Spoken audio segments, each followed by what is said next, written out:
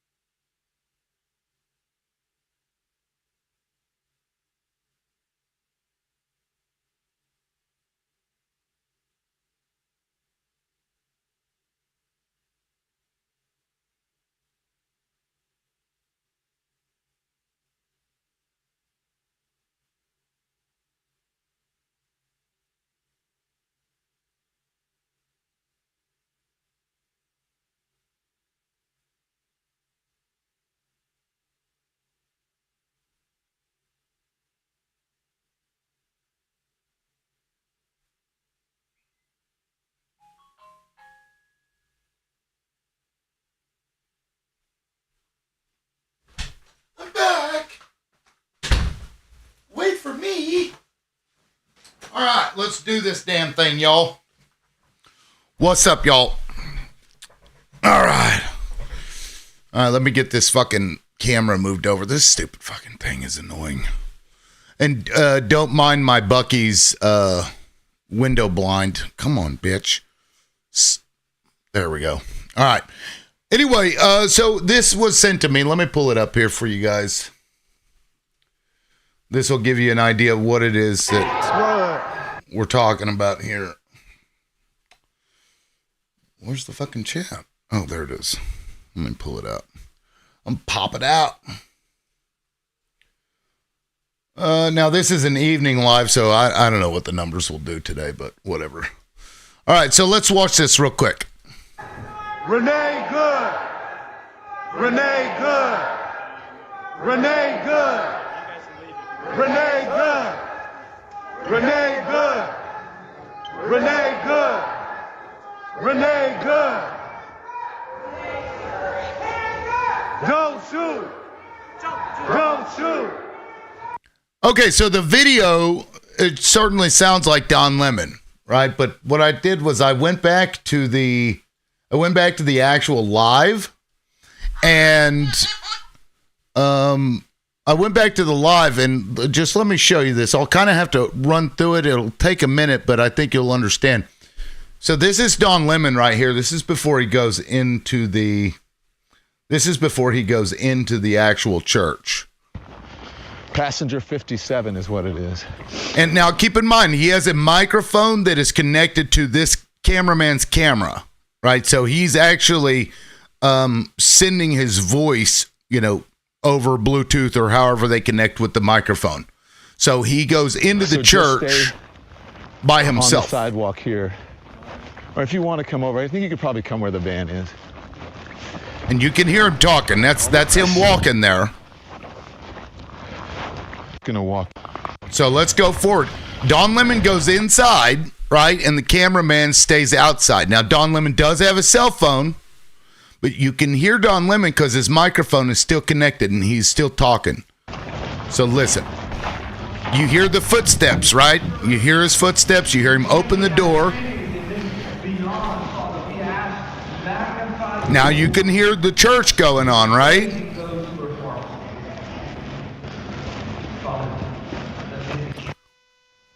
And, you know, there's some connectivity issues because there's some distance between the microphone and the camera.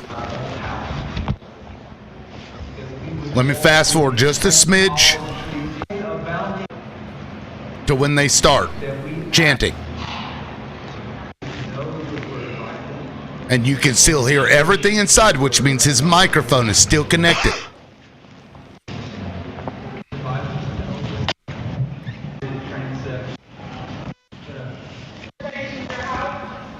Hey, Meta, record. This is when it starts. Listen.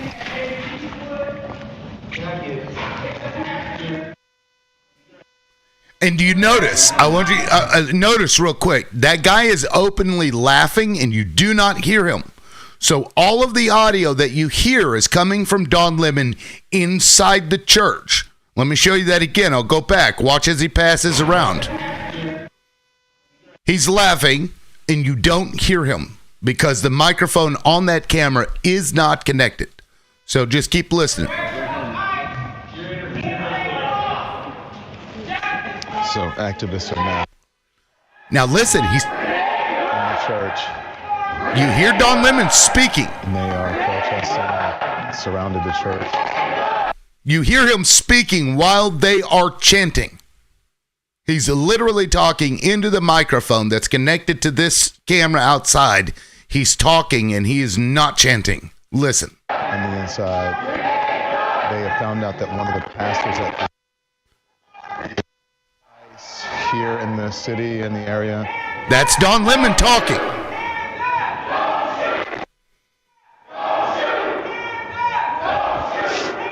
And now the cameraman starts walking. Notice you do not hear this cameraman's footsteps. You don't hear his footsteps, and you won't hear him open the door, which means his mic never cuts off, and the mic inside with Don Lemon is connected the entire time he's in there.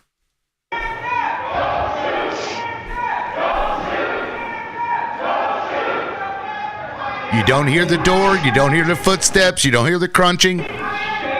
Oh no!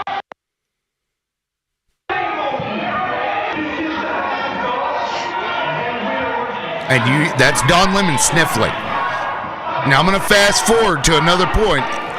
The cameraman moves over to the left side. And here in a minute, you're going to see this guy right here is going to move out of the way for Don Lemon. Just all the audio is coming from Don's mic. I'm just here. I'm just here photographing. You hear Don Lemon say, "I'm just here photographing." Photographing. I'm a journalist. Now Excuse me, watch. sir. There he Right is. here. Thank you. Right I'm here. sorry. And yet, let's watch that other clip again, guys. Listen. Don't shoot. Good. Renee good. Renee good. Renee good. Renee good. Again, that was not played on the live, and his mic was on and hot the entire time. I think that somebody may have cloned his voice and added that into that. And the Minnesota Star Tribune posted this, and, you know, they claim it came from somewhere else, but Glenn Taylor is a fucking Republican billionaire who owns Minnesota Star Tribune. He bought it in 2014. Benjamin, what's up, man? What's up? Well, I mean, that's definitely, yeah. I mean, I see it. Now, is the video that you played first, is that, my only question is that played all the way through to where we can see where it ends? because one could say, well, he doesn't start chanting until further in the video. So I'm just wondering, just questions. Does it Well, continue or does Okay, it? so stop let's look somewhere? at his position where he's at, right? And Yeah, this very that's- well could be his cell phone footage. It could be. But we know that his mic was hot the entire time. So whatever he is saying in there, you would hear in the mic. Because if he had cut his mic off, if he had muted it at any point, you wouldn't have heard any of the chanting from the live because that audio was going into the camera. And so we know that he's there when they're chanting and he's on this side. And when you go to the live video, they start chanting while the cameraman is still outside. Hold on, baby. While the cameraman is still outside. Well, let me go back to that point. He'd been inside for a minute. Takes a minute. I think it's right about this time. Right here. Hey, And Meta this report. camera isn't in there yet.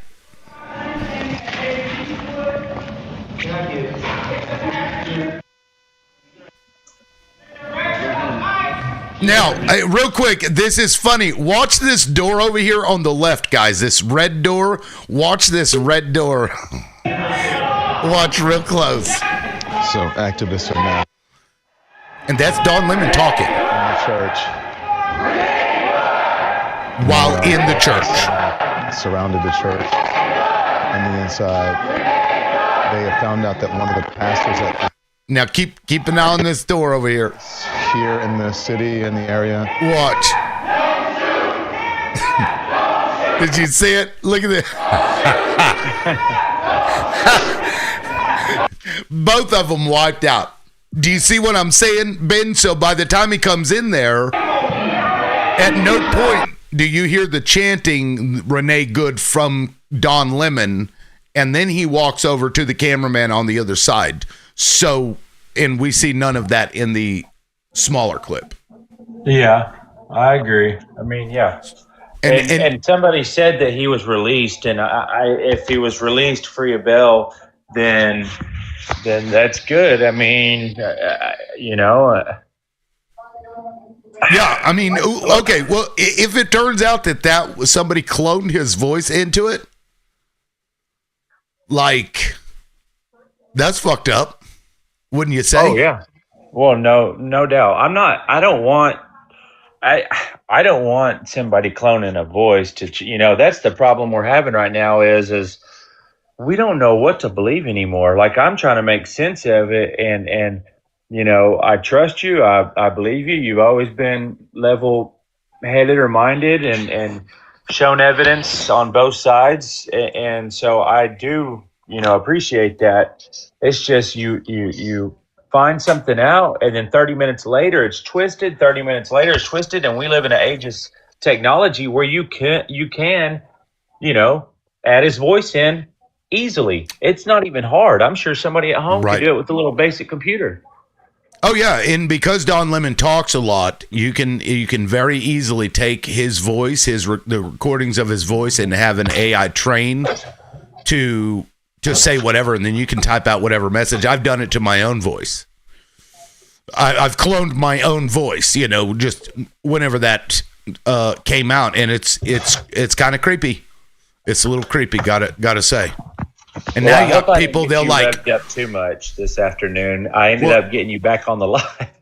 Well, I was sleeping and I kept hearing ding, ding, ding. And I'm shit. like, so I'm like, I look at it and I'm like, what the fuck is this? Because I'd never seen that footage before.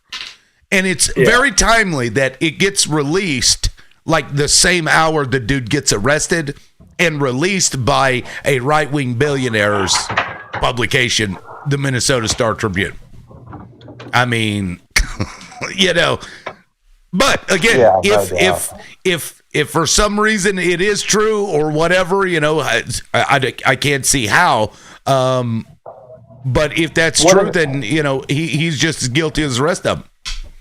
Okay, that's fair. I can ride with that because at the end of the day, that's fair. If it is true and he got released and they haven't seen that footage yet, and that's going to be put in evidence whenever if it does go to court or whatever, and that's found to be true, I appreciate you being able to say then he's just as guilty because he is. I mean, it is what it is. Well, it'd be even worse, in my opinion, because what he would be doing at that point is hurting independent journalists. Yeah, because he's going in there as an activist and saying, "Oh, I'm a journalist, so I get special treatment." That's bullshit. Right. And that's gross. I don't think he did that. And he says in multiple points throughout the video, he's like, "I'm not with the group. I'm just here documenting it." And he said it multiple times. So, but this also begs the question, Benjamin, and this is more of a thought experiment, I guess. Like, I'm in agreement that you don't go into a church and like disrupt their service. That's, to me, is just fucked up, right? But why do we not have that same? Because the Constitution restricts what the government can and can't do, right? We know that. It doesn't necessarily apply to citizens. But in this case, they're saying that it does and it applies to churches. Why is it not a crime also then to violate the First Amendment rights of somebody else? Non-religious, but if somebody is protesting and then you go there to disrupt somebody's protest in the same vein that this is not right, shouldn't it also be illegal to, as a person, violate the First Amendment right of somebody else out there protesting? Elaborate a little bit. Like, give me. Okay, so let's say you're out there protesting ICE, right? And then Jake Lang shows up. And he starts disrupting it by going out there with a loudspeaker and speakers or playing music or doing whatever to try and drown people out who are exercising their First Amendment rights. If we say that if you're exercising your First Amendment right to religious freedom in a church, nobody can disrupt that because that's your constitutional right. Why don't we or can't we apply that to other rights too? For example, the right to free speech. Why do we give this special exemption to churches and nobody else and no other rights? That's tricky. I hear what you're saying. I mean, that's tricky. You know what I'm saying? Like, because it seems a little weird that you're only exempt if you're religious, because I wouldn't have that exemption. I'm an atheist.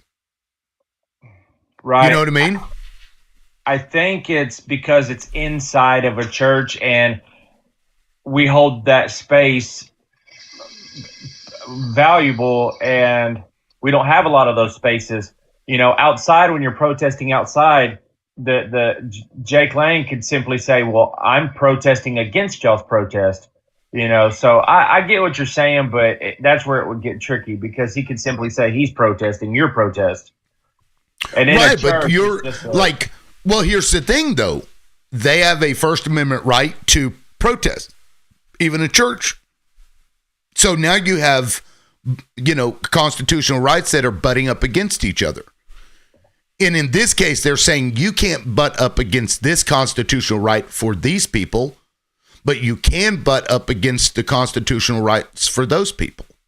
It just, it's kind of, hypocritical.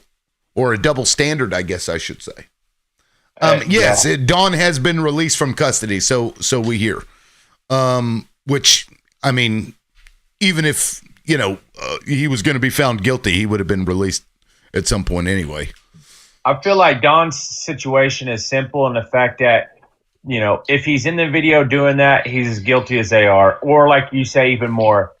If he's not, and he's legitly there saying, I'm here to report, I'm a journalist, I'm going to change my mind about him altogether. I'm going to have to say, maybe he's a lot different than I thought. Maybe I need to watch him a little more. I'm fine with that. Well, and, let's be honest. I'm sure he's in agreement with what they were doing. I'm sure that he's not like, no doubt. Yeah. Opposed to it. But, if you're going to be a journalist, don't be an activist too while you're there. Just report the shit. and let it be that, because otherwise it destroys your credibility as a journalist. And in like my you said, opinion. everybody else is, yeah.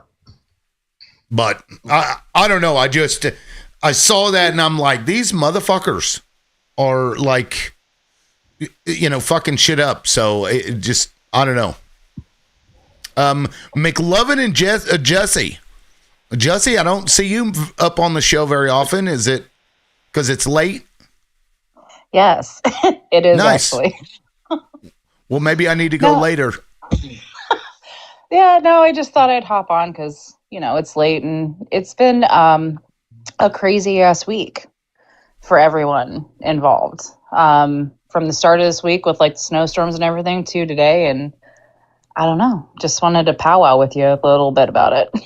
Yeah, I mean, do you think that we should have a law that says that you can't disrupt somebody's protest? Well, I don't know because like I have a unique perspective on that because like I have found myself like disengaging people from counter protesting us. So I mean, you know what I mean? I feel like that's kind of like a slippery slope because like I'm allowed to say what I want to say. So like, why can't they stand on an opposite street corner and say what they want to say at the same time? You know what I'm saying? Like you're getting into like really murky territory there. Do you think it's different with the church because you're in church? Because I mean, don't let's think say, for example, like the church is congregating outside for whatever reason. I don't and think the church should have exemption though. Like I take the same stance as like a corporation having like any say, like as like the same as a person. I don't think the building and like that should be exempt from anything, especially since they're supposed to be supporting communities by their own words, not like by anything that like the community has asked from them. By what the church is supposed to stand for, they are supposed to support their community. And I feel their like neighbors. Exactly.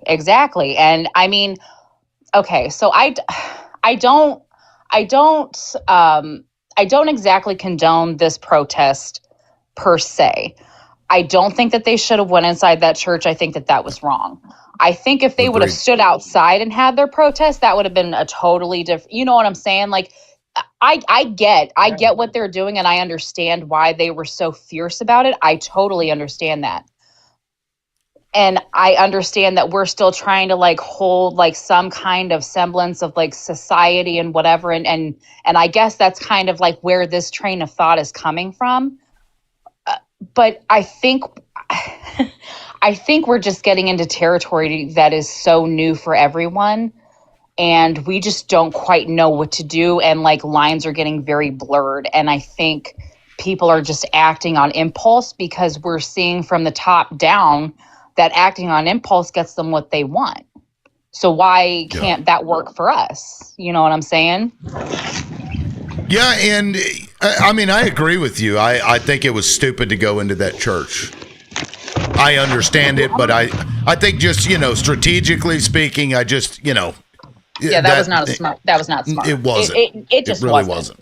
No. So why would churches like I'm a no Trumper at all, but why would it be acceptable and legal to just go into a church and disrupt its service like intentionally as a protest? I mean, because it's not. It's a nonprofit corporation. It's not legal. Well, but like, and Lib said earlier, like the church is a really weird kind of like place right now because while it's still technically private property, that place is open to the public. But so even restaurants and all that, because of the Supreme Court ruling, they have the right to deny service to anybody for any reason again. But did anyone get asked to leave? Yeah, did they ask? I saw clearly that the pastor asked Don Lemon to leave eventually after Don Lemon interviewed him. Okay, Yeah. but that was after. So they didn't And he ask them left. during that entire protest. I would imagine So- that once they started yelling that they asked him to leave. It's not a big it doesn't matter really at that point anyway. But it does. It does it- matter because if they weren't asked to leave, they don't have to leave. All right, but let's just assume they were asked to leave. I'm not assuming shit. Because if I was in my church, No. We're not going to assume anything about this. We're gonna make reasonable assumptions. It's TikTok. Okay, so if we're going to be reasonable, we're not assuming shit. Because we just watched 2 videos. No, I agree. We just watched 2 videos, and we can't determine if that second video is actually Don Lemon on that or not. So no, we're not assuming anything about this situation. And you're crazy to think that we should. So that's really this is the thing. Like if they wanted to be more legitimate, they should have got somebody besides Don Lemon, because not many people considered him very legitimate to begin with, because he was fired from CNN. He had a 30-year career. How is that not legitimate? Just because he's not with a big network? I'm just saying the picture that is painted of him by the right, whether it's justified or not, the picture is painted. Yes or no? No. Yeah, but they call everybody that. Exactly. And they look to like Rush Limbaugh and Tucker Carlson. I really hope he didn't chant. Even if he did chant, it's not even that egregious. If Kyle Rittenhouse and J6 protesters are peaceful protesters, then this is a nothing burger. I mean, in the grand scheme of things, it really isn't like the worst thing that's ever happened in the world. That's for sure. But I don't like, I'm an atheist and I don't like it. Just leave the fucking church alone. Like, we could be having a civil war and bombs getting dropped outside. Leave the goddamn church alone. Just fucking leave it alone. If you're in the church and people come in and protest, really, like, nobody's going to say, hey, what are you guys doing? Get out of here. I want to Really? correct Of course they you, would. McLovin, because I watched a video where Don Lemon said that he was flying out to Minneapolis because of what was happening in Minneapolis, right? So he went to Minneapolis to report on the I agree with you. protesting that was already happening. Now, number 2, he saw these people congregating, getting ready to enter, when he was speaking to them. What is going on? What is your take? He was interviewing everybody, as many people as he could that was already in Minneapolis. So he went along to report the story, right? So I agree. I agree 100% with you. If you're a reporter, if you're a journalist, and you're lollygagging through a crowd of people that are protesting whatever side they're on, even if they contact you beforehand and say they're going to do it, that's the point. That's the point. I don't think it's unreasonable for him to report. I agree with you. But see, that's the thing, because you just said they should have picked somebody else, but they didn't pick him. He saw them. He went with them because that's what they were doing, because he was reporting, because your disdain for the man has your blinders on. No. I'm pretty sure that they'd worked that out with Don before, because in one of the interviews when he's talking to him, he's talking to the camera and he says, I can't tell you what's happening. And then, but this person is putting this together or whatever. So I'm pretty sure he knew. I'm not saying he didn't know. I'm saying he might have known moments, hours before he went into church with them. But my point was to say this is the fact that he said they should have picked a different journalist. And it's kind of like you're letting your disdain for him cloud your judgment, because he still went in and reported, right? I personally don't have disdain for him. Everybody. You just said you don't like him. No, I personally do not have disdain for Don Lemon. I believe that there is a certain picture that is painted about Don Lemon by my fellow Republicans on the right and the MAGA crazy people. Right. I'm not a Trumper. I'm a Republican. But I haven't heard anything good about him from what I know or see or hear about. So there sure is. Yeah. But that's my point. Like, the news is the news. And even though we don't like Fox News, we still listen to see what Fox News is saying, right? And if Fox News is actually saying what it's reporting, then we listen. Well, yes, really. What do you mean, really? All he's saying though is that, because the right doesn't like Don Lemon, is that it reduces credibility or whatever. And if they had somebody else that was reporting, it might have looked better. But I don't think that that's true. I think that they would have.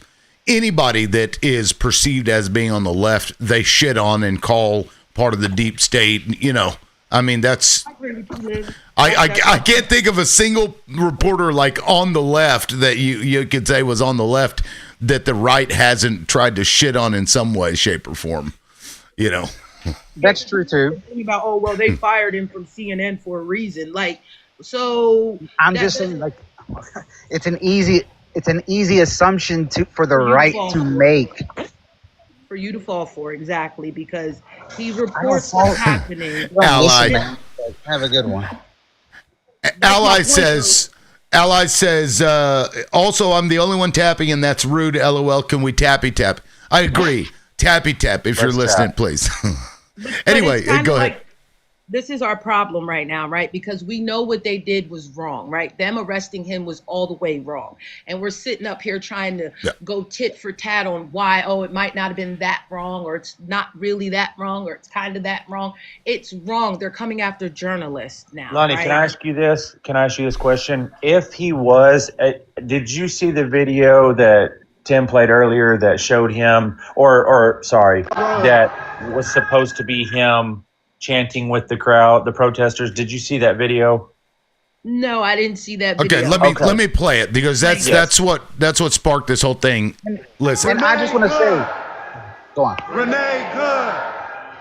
Renee Good. Renee Good. Renee Good. Renee Good. Renee Good.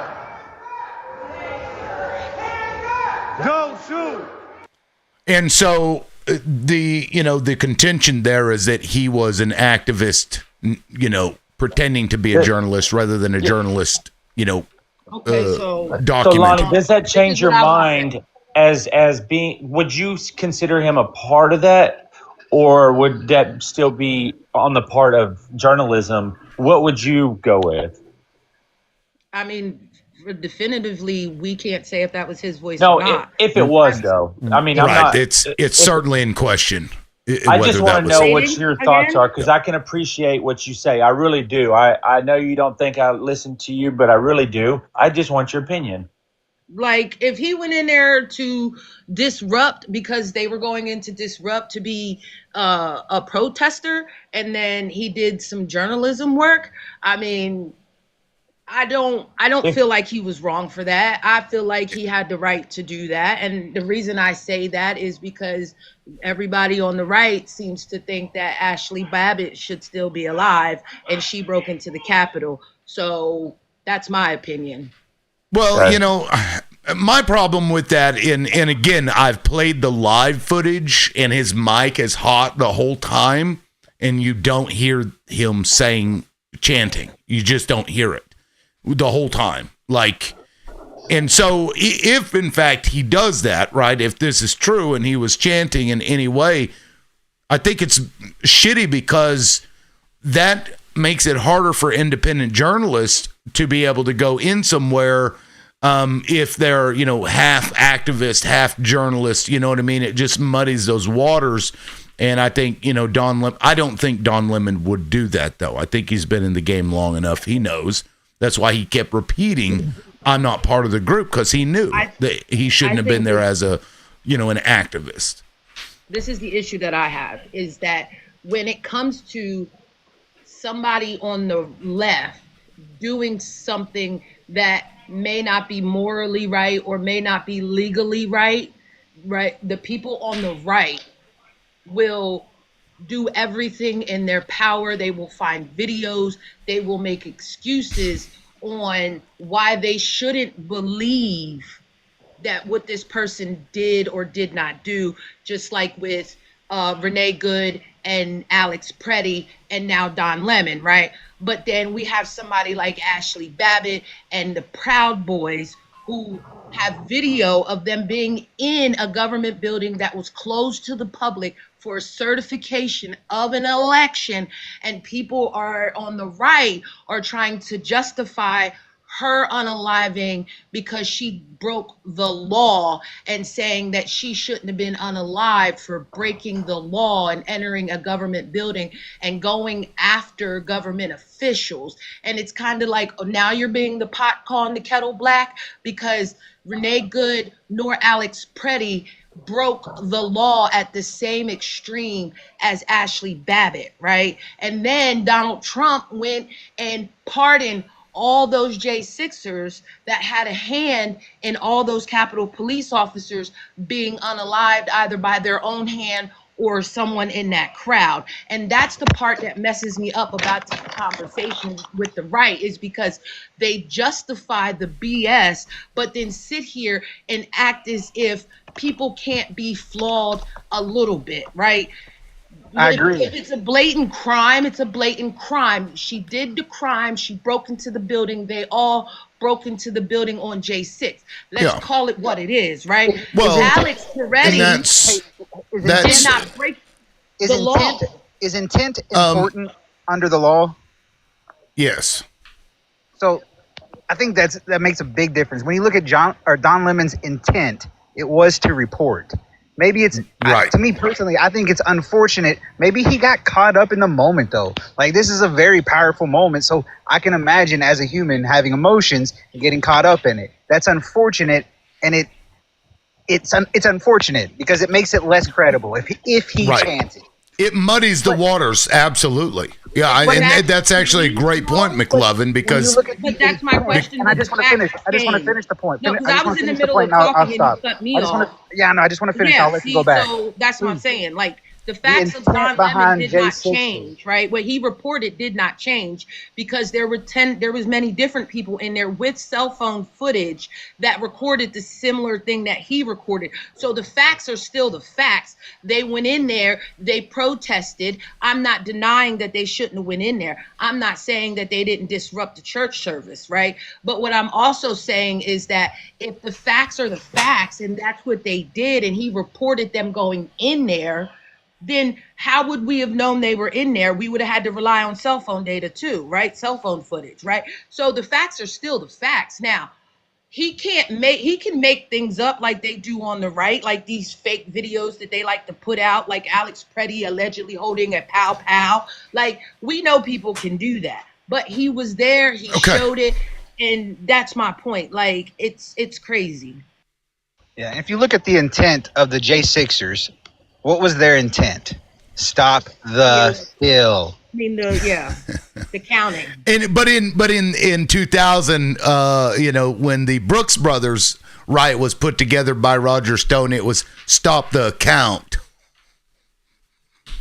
Yo, Tim, because they didn't want them to count the actual votes in that case. Crazy. Hey, Tim, go ahead and check your inbox, Tim. I sent you something. You probably already know. I responded to you. Yeah, we talked about it this morning. Well, there's some new development after that. In what way? Because the judges have already said that there wasn't enough evidence. Well, they got some. Well, they got some other prosecutors that are refusing to prosecute. Oh, I see. Now, according to MS Now, career prosecutors in Los Angeles and in Minnesota refuse to get involved in the Don Lemon prosecution to get an indictment because they don't believe that the evidence supports criminal charges in this case. This is a stunning development, and we may. That's funny. Any federal prosecutors left? Let's think about this. You've got judges that said there's not enough evidence to prosecute, so they go to by the way, the appeals court also said there's not enough evidence.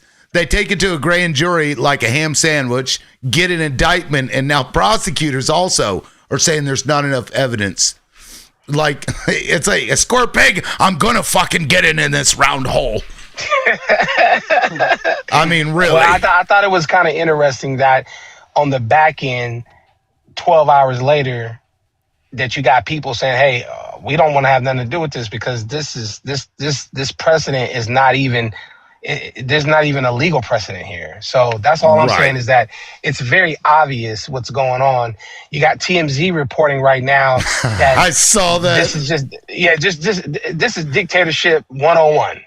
I couldn't believe I heard TMZ saying that, man. That was fucking funny. Matter of fact, I got that. Somebody shared that. Lonnie, I think that was you that shared it. Was that you that shared that?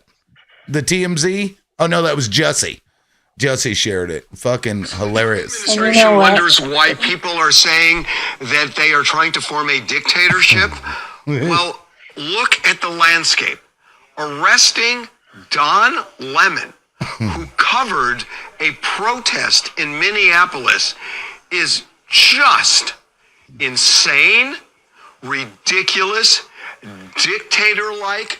This is the playbook that dictators use to destroy democracies. And that was the point I made earlier this morning, too, when I was live.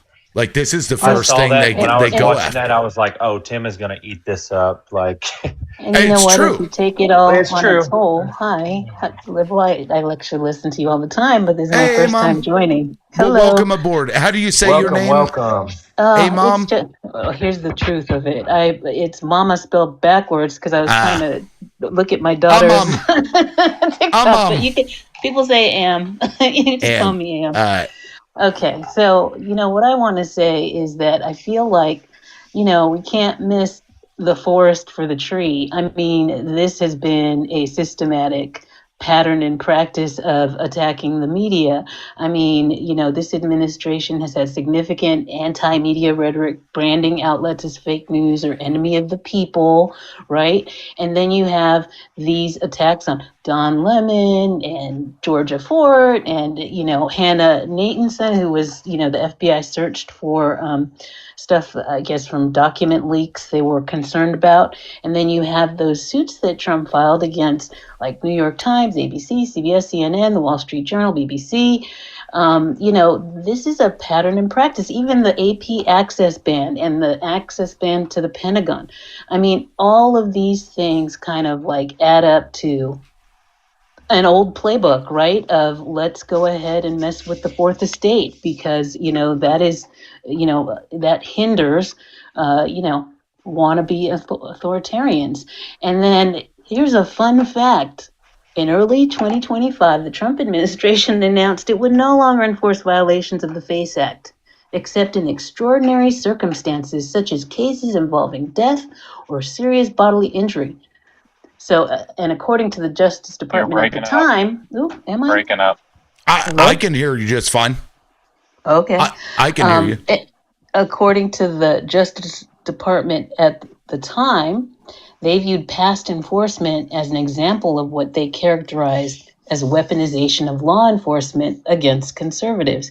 So it's like they're not even being, being consistent in their own thing. And, the charges against Don Lemon, I mean, obviously the multiple judges who've already found insufficient probable cause for these charges, and that the FACE Act was designed, to protect access to reproductive health and places of worship from force and obstruction. So charging Don Lemon, who's documenting a protest, I mean, it just kind of stretches the statute beyond its original purpose. And it's a dangerous precedent. I mean, what is this doing? I think that they know they have a meritless case. And this is really just trying to have a chilling effect. Many of these mainstream medias have already taken the knee. The independent journalists, well, they haven't quite reined them in, and if you want to be practical, I mean, look at what Nick Shirley did in Minneapolis. I mean, trying to get access to children. I mean, open the door. Why doesn't the door open? At the highest level. And it's like, let's not be distracted at what they're really trying to do. And think about that. We give a higher standard of protection to churches than daycare centers. Weird. Yeah, I know, that's crazy. And also, I didn't love them going to the church because I got to tell you, I felt the same way. Hearing reports that ICE is going into churches, I'm like, oh, that's gross. just not right. But I wouldn't have picked that strategy, but it rises to the level of maybe trespass as far as I'm concerned. Well, but it might have actually worked in the way that they intended it to do, because they're like, we know that Donald Trump is like a dictator, and we know what a dictator's going to do, and now he's doing exactly what they thought. I don't know if that was their goal, but the whole idea, what this lady is saying, she's 100% correct, and the whole idea of the church being this place of holy ground has been destroyed in the last 90 days, the last 120 days, because they have people who have proven to the world in London and in America and in other countries that called these churches and put these churches on the spot asking for the smallest amount of things into like baby formula. And only a few churches out of 30 and 40 and 50 in each one of these countries have actually responded with saying, hey, we have some formula, or we can help you with formula, right? And my point being that is that is eroded the idea that is a safe space for people. Because if you got people calling churches all over the country, all over London, saying, hey, I got a baby crying in the background, all I need is a can of formula, do you guys have any? And 95% of the churches respond with like, no, we don't do that, call back after this time. It lets the world know that the idea that we've come up with in terms of this is not a safe space. This is why people don't want to go to church anymore. Regardless if you're religious or not, the trust in the church has been eroded with hiding the PDF files, hiding the Catholic Church, hiding all these men that have done terrible things to kids in the Vatican City instead of putting them in prison. Like, the whole idea of church in the United States is gone. It don't exist anymore. It's a business. They don't do anything for the public. Your boy over there in Texas or Houston, whatever, when they had that huge flood, he shut his doors. He shut his doors. He wouldn't let people who were flooded out and needing we don't safe claim harbor. him. Joe He's Osteen. horrible. Yeah, I'm just saying, like, it's a wrap, dude. Like, close your doors. It's a wrap. Let me ask y'all this, the panel.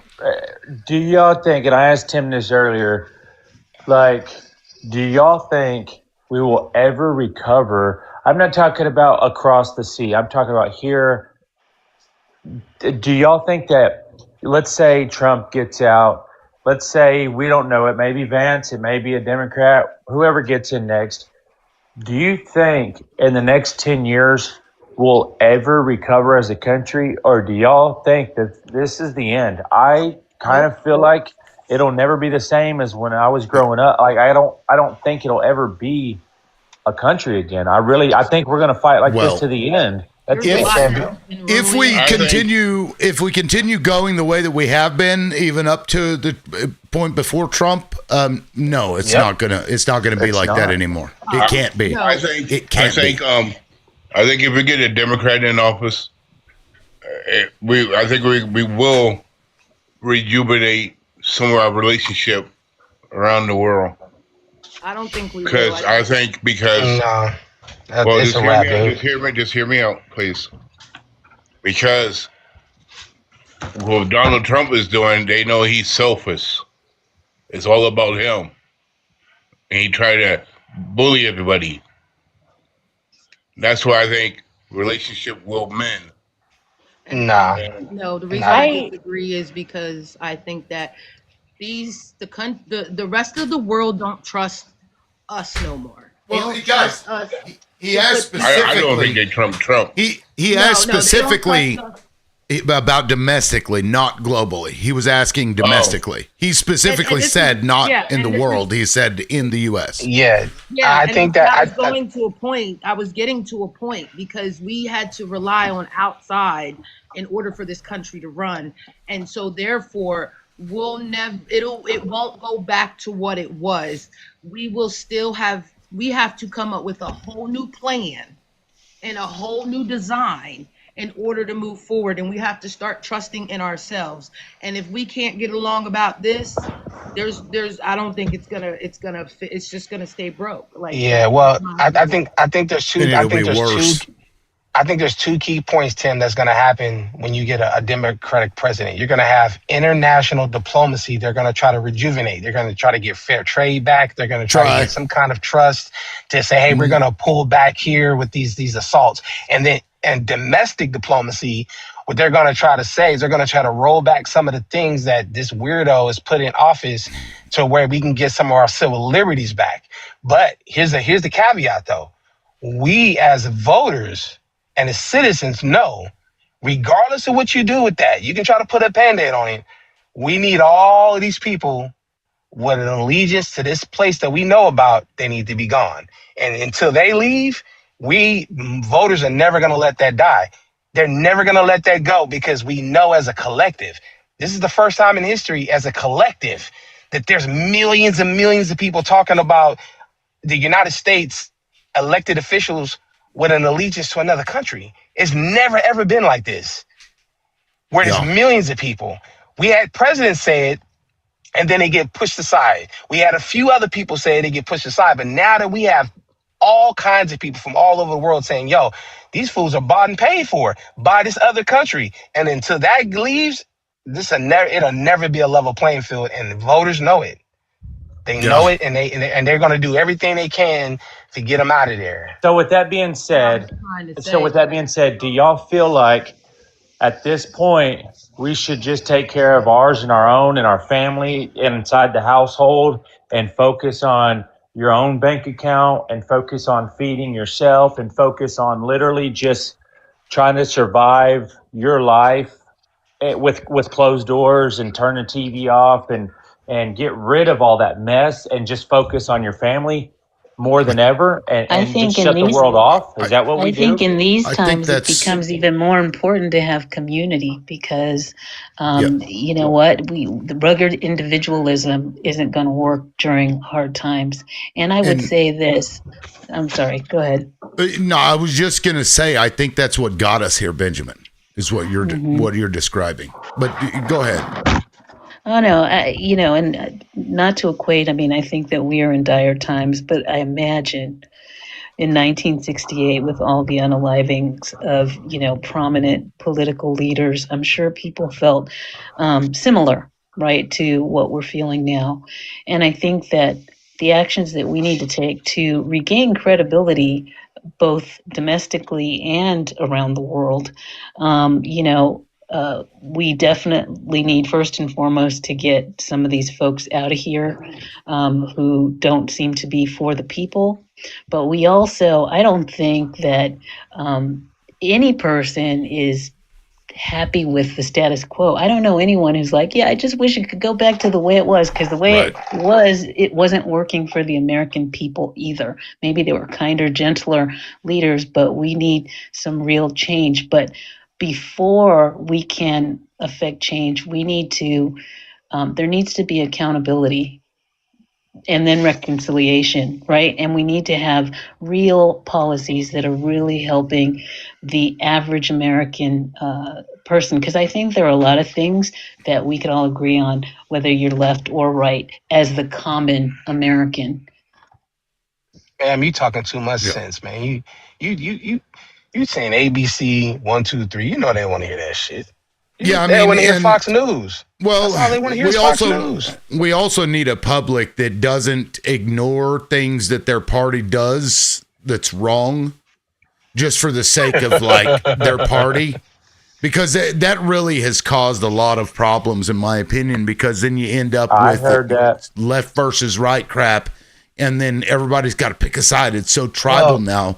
And it's like, call a spade, and let's move the fuck on. Everybody needs to have equal access to everything that's available. We've got to get to that point. And we were making progress, and now we're fucking going backwards. Well, this is where we are in a nation where a company can be sued for lying for $1 billion and still be able to go right back to lying to the whole world. This is where we're at. We're not even in a place where we can say they literally admitted to lying to all these people, and they got hosts that say, oh yeah, they should know the difference between lying and telling the truth. And then we turn around, they pay out everybody because the lawyers get paid, the attorneys everybody gets paid this money because this company lies, and then they go right back to lying again. We don't even have a country that will pull them off of air and says, look, you know what, the line, we're just gonna cut the line out. We don't even have that. And we don't have something that simple, dude. This is doomed for failure. It's never going to work.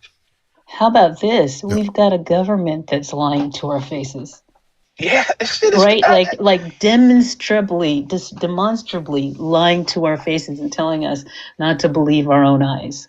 And to me, that is just a absolute failure of leadership to do something like that. And we deserve so much more. We really do. Yeah. And then they double down and triple down on the lies. Tim, how many times have you heard Trump and his staff just double, triple, quadruple down on the lies, man? I mean, I can, count on one hand maybe the times that they've told the truth. So, it might be easier to point those out than to describe every lie. There's one time that I heard Trump tell the truth and then turn around and renege exactly what he said when he says that we need to get out of these forever wars. He's telling the truth. And then now we're in forever wars. Now we're about to go and invade with troops in Iran. Oh, man, you can't make this up, dude. Now, I heard a female voice. Jesse, I hadn't heard from you in a minute. Did you want to jump in there? Jesse? Yeah, I don't really have anything to add. It's just... Boo. I know. I'm sorry. It's just... I'm so mentally exhausted from trying to keep up with all of this shit. I really am. Yeah, it's like a little brother that goes and steals your socks. Try being a host on TikTok. I got two little brothers. You don't have to tell me nothing. That's exactly what that is. It's like they steal your little socks and they keep going in there and you just want to take them in the closet and just spank them and stop doing, quit stealing my shit. And they just won't stop. This is what it's like, man. This is why I tell my wife all the time, I can't be that guy on the opposite side of the podium when they tell these lies, because I'm gonna flip out and I'm gonna go over there and I'm gonna slap somebody. I'm going because I'm like, stop the lying. I'd rather watch somebody else that has more temperament go in there and be the leader, because I'm gonna slap somebody. I'm just be real. I'm gonna lose it and be like, dude, I gotta slap you just to make it fair. I gotta slap you, right? Because you cannot negotiate with a bully. It's not possible. Yeah, I mean, that's true. SLT, welcome in. Go ahead. Hey, what's up? Not much. I've only heard a little bit of what Wordsmith was saying there, but I just wanted to add that, like, didn't Fox News get sued in like 2009 and like they claimed that they were an entertainment site only, or like an entertainment fucking source, whatever. They weren't news. That's how they beat so like they've been telling us for years that they're not even news. Like it's kind of ridiculous. I don't know. Yeah, right. I think that was it was later than 2009. It was after Trump's presidency. It was recent. Pretty recent. Things like 2019 or 2020. But 2009, when he was talking about, that's how they beat the lawsuit, because they tried to say I'm not a news source, I'm an entertainment, because they was going. Oh, you're talking about that previous lawsuit. That's it. Yeah. They had a previous lawsuit where they were sued for disseminating misinformation and not following journalistic practices and ethics, and they beat the lawsuit by saying we're not real journalists, we're an entertainment source, not an actual news source, and the lawsuit got thrown out. Yeah. Well, what were they getting sued for in 2009? Misinformation. It might have been sooner than that. I might have gotten the year wrong, but I know that's I think it was earlier than Trump. They got sued for, not. It was unethical journalism, essentially. Yeah. Well, they had argued. I don't know. This was even before 2009 that they have no obligation to be truthful. Yeah, that was how they got out of that lawsuit. And then the one in, I think it was 2019 or 2020, is the one that they said that they weren't a news organization, which is ironic because they said that the news doesn't have to be truthful in one case, and then the other case they're like, well, we're not news. Well, they got sued by Dominion. They got sued by Dominion. Right.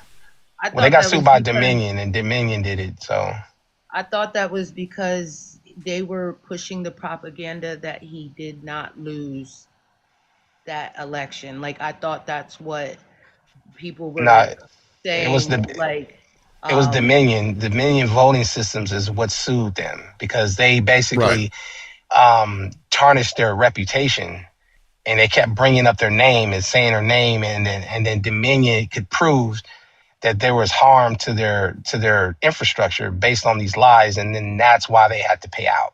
because it was kind of like, I don't know what the term is. It's like whatever that, when you tarnish somebody's reputation based on lies. Well, defamation. Hey, defamation. That's exactly why they had to pay out. Well, and more so there's that. Yeah, they said they changed their name and got bought by a right winger.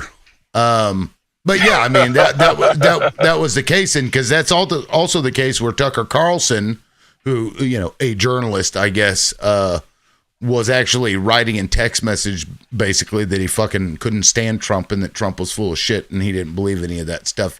But then he went on air and lied.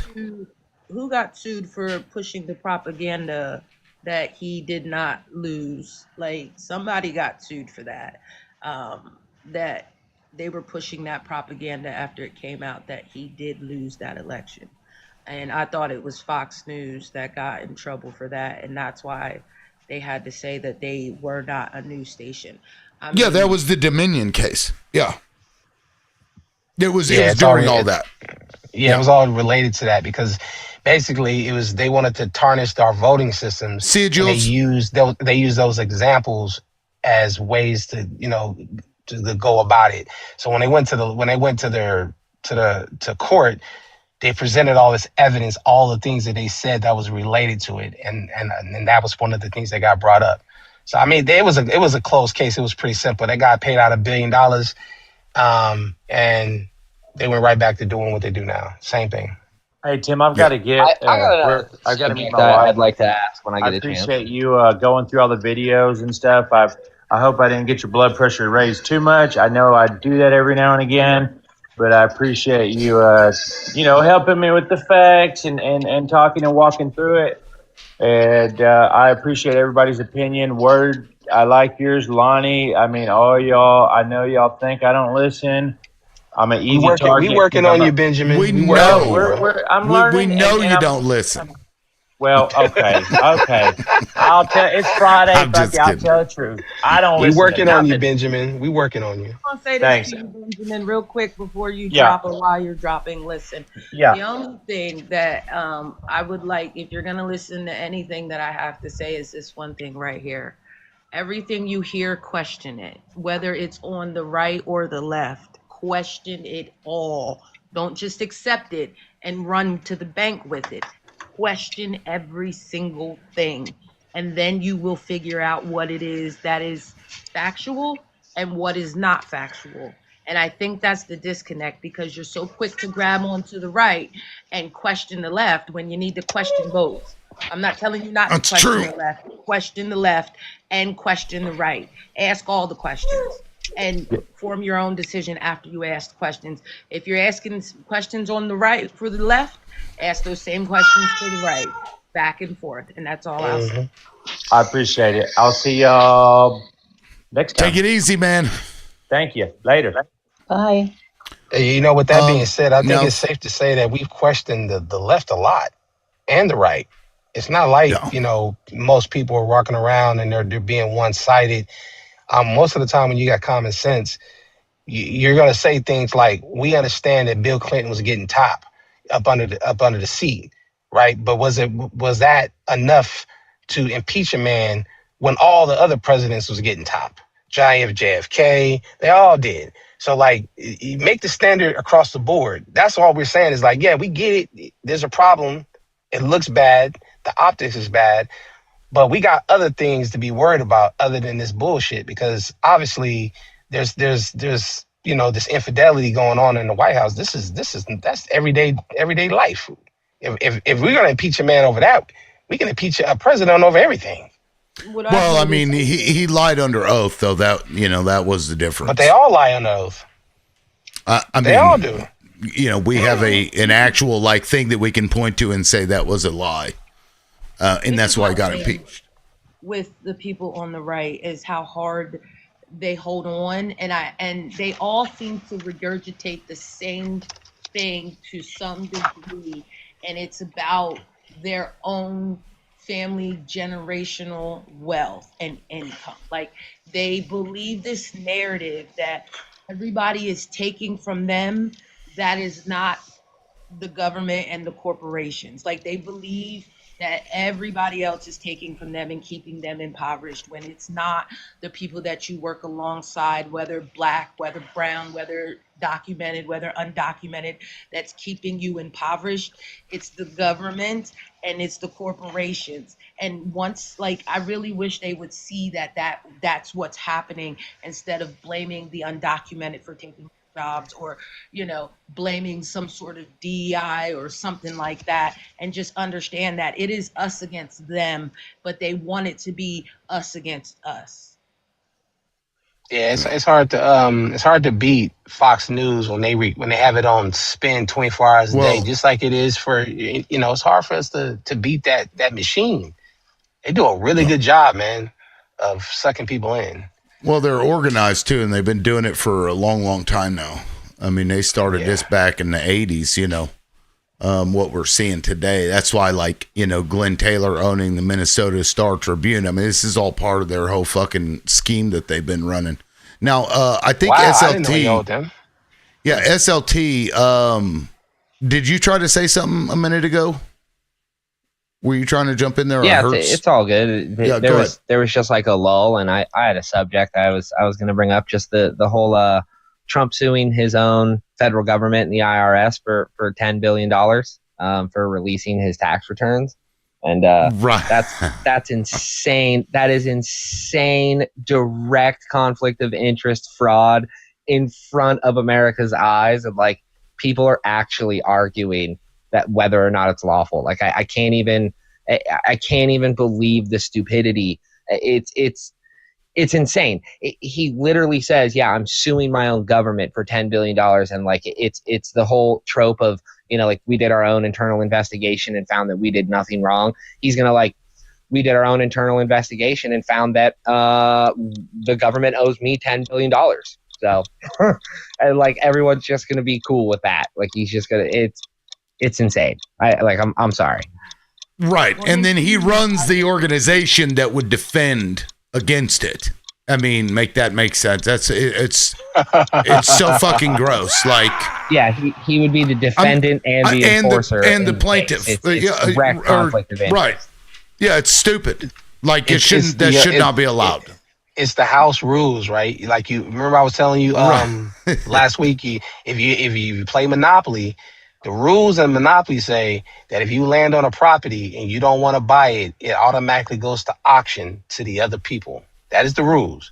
So if it's for sale for $200 and you don't want to buy it, everybody else gets the chance to bid on it. That's why Monopoly takes so long. But that's the rules. That is written in the manual. These dudes came in there and changed the house rules and says, nah, you know what?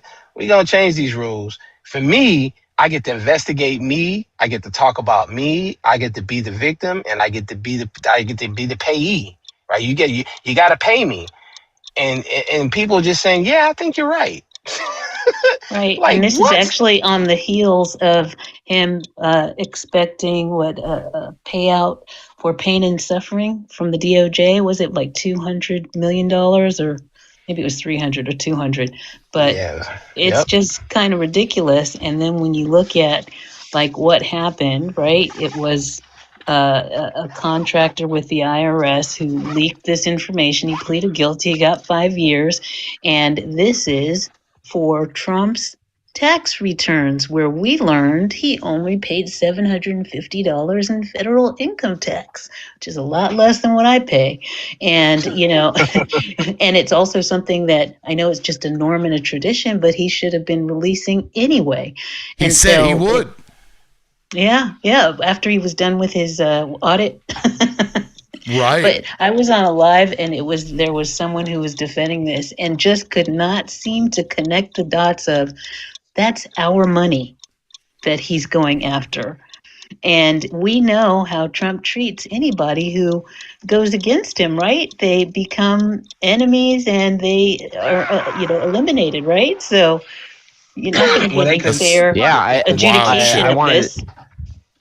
I wanted to add that they also found tax evaluation or property evaluation fraud. They found essentially money wire fraud. There was so many things inside his tax returns that were terrible. Not only the fact that he paid hardly anything in tax returns at all, but there was also a bunch of like pretty fraudulent activity as well. And then like the second that they showed that, he, you know, now he's the victim and he gets to sue. It's fucking bonkers. Right, because they failed to protect it. Like, that's fucking I mean, that's crazy to me. Well, what he's doing is how he makes his money. That's one of his many revenue streams, is suing people to get money, like he did Murdoch and, you know, Fox News and everybody CBS, else. yeah. And number two, he's made more money since he's been president this time than he has made before he even became president, because not only is he suing to get his money, but he's doing things like letting U.S. Steel sell to foreign countries and then getting a golden share in the company, so that way he can continue to make money and be a member on the board. Like, he's dismantling things that have been put in place by previous presidencies, because then he wants to come in and negotiate his self being put into the company and making money on the back end. Like, now he's taking all that money and putting it in a bank in Qatar or whatever it's called, and stashing it away for his family's generational wealth. So that money isn't even coming back to the government. See, my problem is are we going to really allow him to leave the country when, because that's obviously his plan. Like, if he he's leaving. He's leaving as soon as he's done. Yeah.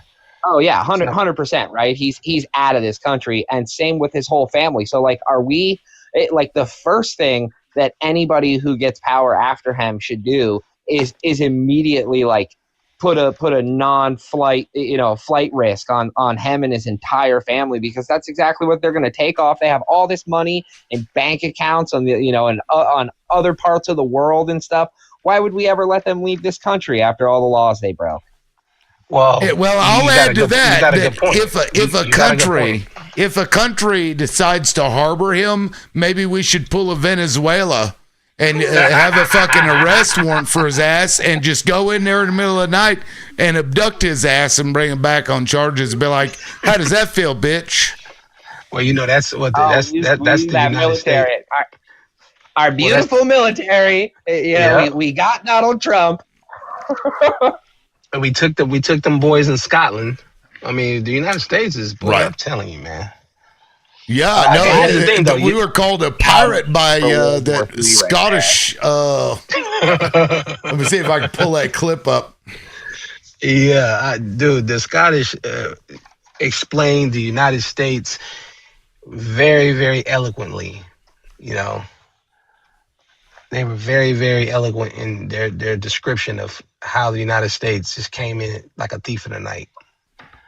I cannot believe that they're going to allow us to get away with that. That is a powder keg for World War III. How did we do military action and abduct citizens of their own country from their country like that? No, we didn't. It wasn't citizens. No, they were from Russia. They got apprehended on a boat in Russia. Because Russia was in their territory, and they apprehended them, and they took them in custody so they could figure out why they were there. And then the UK said, we'll take them. They're like, no, we don't need the UK. We good. We know what we're doing. And the United States said, no, we need to have them. And they're like, no. And then the United States came in like a thief in the night and took them anyway. Yeah, there was a court order to not, allow them to be taken out or sent out. Can I ask, why did we want them? I'm sorry, I'm not up to date on this. So when I was looking at it, I didn't hear anything about the Russian stuff because it was a boat captain and it was the first crewmate, and they were violating the sanction against Venezuelan oil. That was why they got arrested.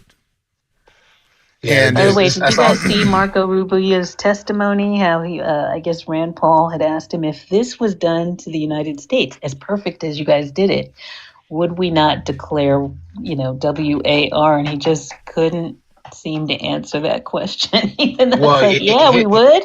his answer was that the United States is exempt from international law and other laws that everybody else got to follow.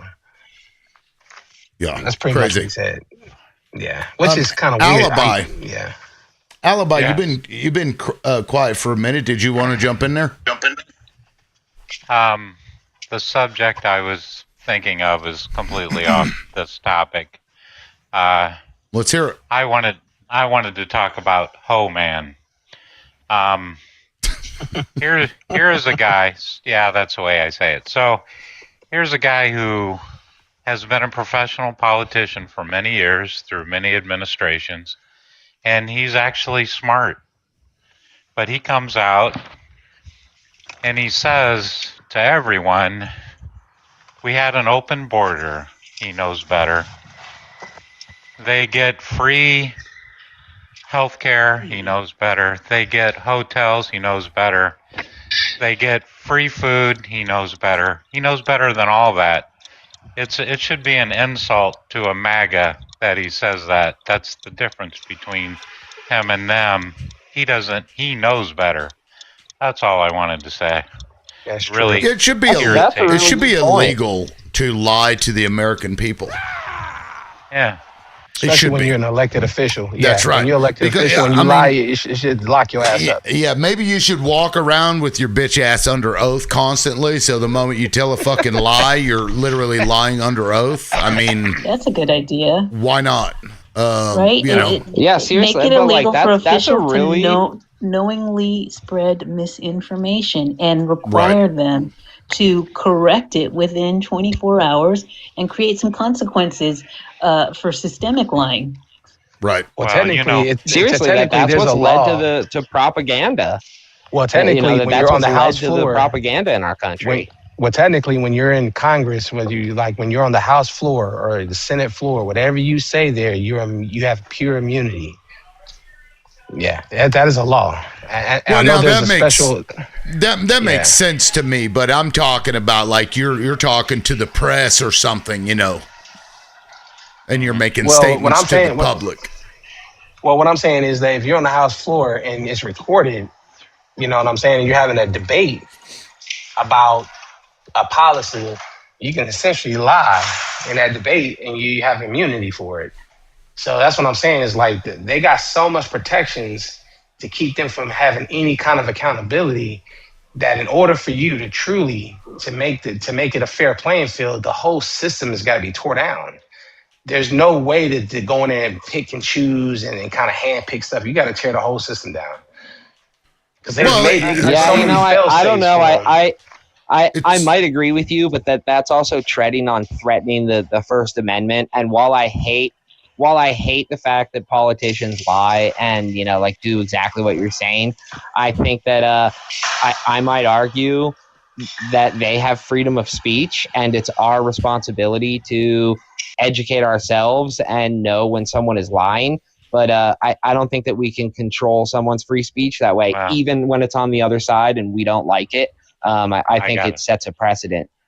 I did want to say that it's a known the lie, Homan like thing it's is... Yeah, if it's a known lie or known red, you know, like I guess, yeah. And maybe it's not, you know, it's just a correction is required.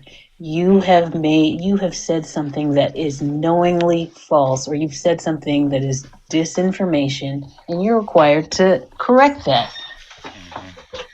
I would agree with that. I would agree. If you're addressing the public in a like a news conference or something, and you flat out blatantly lie, that should be illegal to me. If you're an elected or appointed official, what did he lie about? You know, journalists are held to journalistic law and ethics, you know, and morals. Like they have to report things and they have to, you know, like edit their things in a certain way, you know, like, and I would agree that if it is a known, you know, like a widely known lie, that it should be publicly corrected. Absolutely. yeah, and for the record, like teachers can't go around on social media and like say certain things. They can lose their jobs even though they're government employees. So that was to the point. I don't remember. I think it was SLT or somebody making the point about, you know, the First Amendment rights. It's different for employees of the government. that it's not the same as like a civilian, because Wow. that's where your restrictions come No, in. you're right. I'm a state employee myself, and yeah, like there absolutely there's absolutely rules about the speech that I can use to the public. Yeah, it's a little different. Yeah. But like, I don't know. I just, cause I'm fucking sick of like somebody being able to come out and just say a lie as an appointed or elected official without any consequence whatsoever.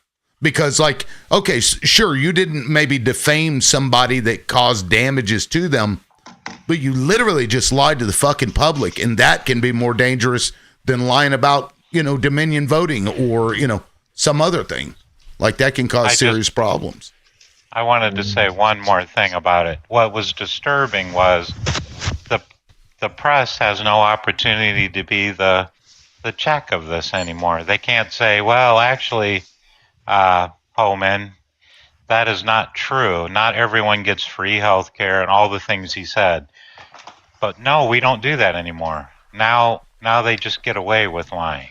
And that's the problem I have. We don't have a fair and balanced opportunity for the press to check them because they won't. They won't when you buy all the news outlets too that'll favor you or favor your agenda, then I mean the press becomes null and void at that point. There's just not even a reason to even listen to them. At least the mainstream press.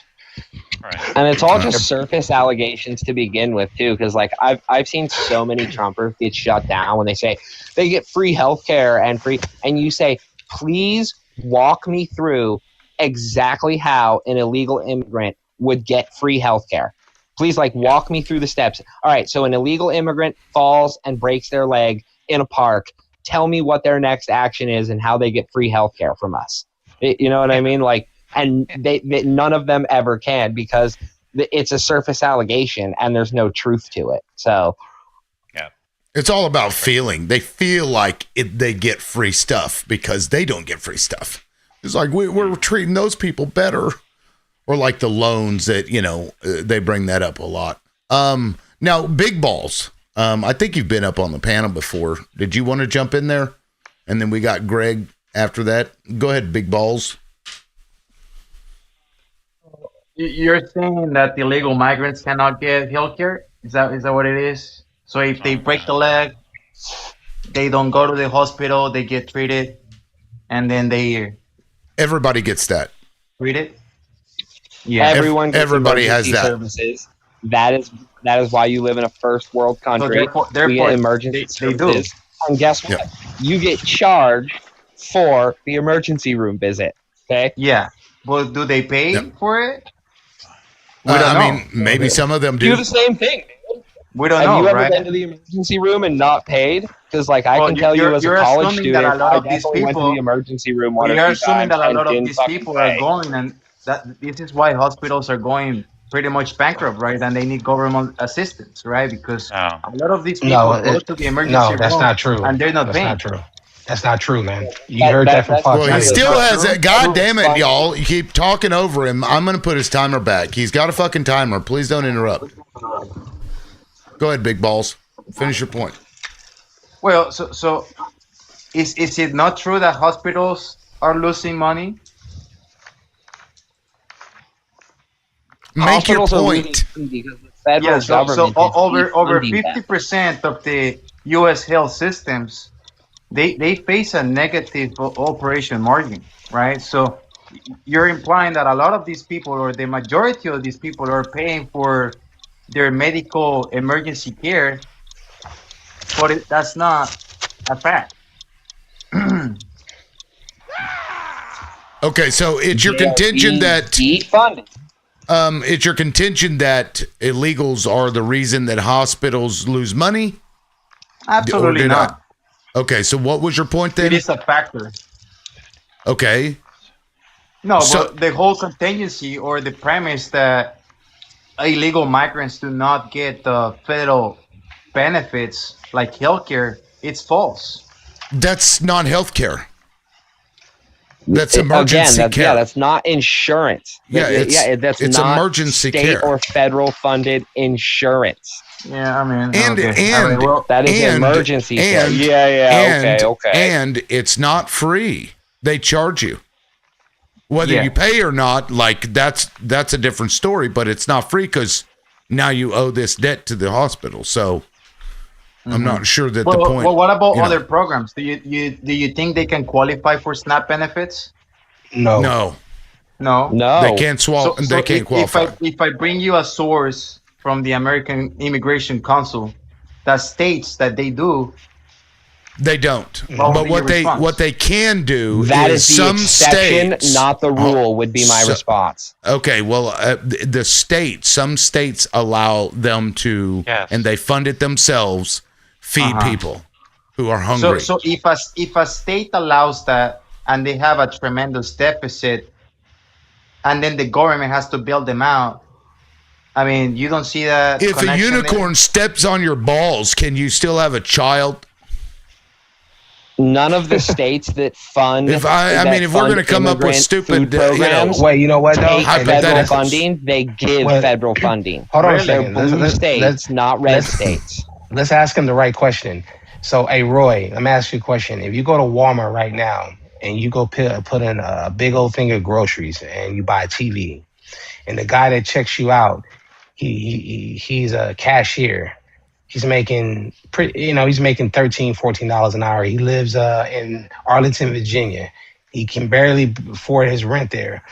How much money do you think that the government is going to pay him in food stamps when he's checking you out with a full-time job? Just take a guess.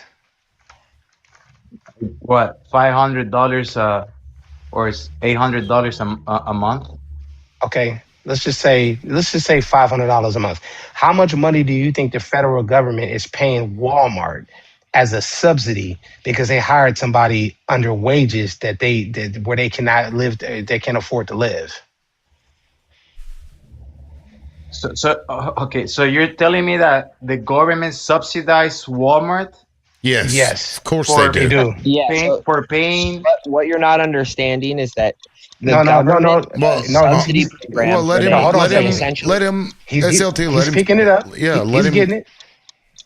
The Walmart gets subsidies for every employee that they hire on the back end who can barely afford to pay their rent and their living expenses. Therefore, they get on public assistance. They get a kickback from the government because they hired that person full time with benefits. Yeah. Right. So whatever benefits they are. Big So balls. the biggest welfare recipients in the United States are corporations. They are not people. That's true. Yeah, that's absolutely true. Here's the thing, too. I don't Well, have an I want to issue hear with- what Big Balls has to say in response to that. Okay, Big Balls. sorry. No, I yield my time to that individual.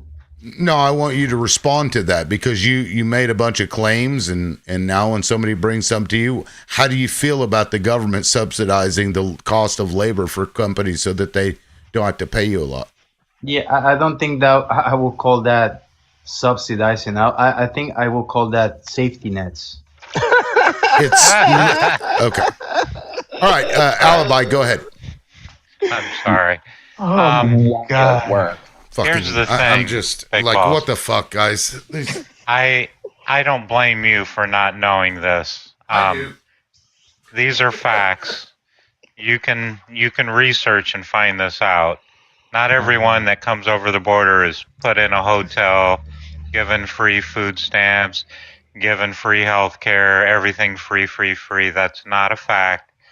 But the guy who said it, he actually knows that that's not true.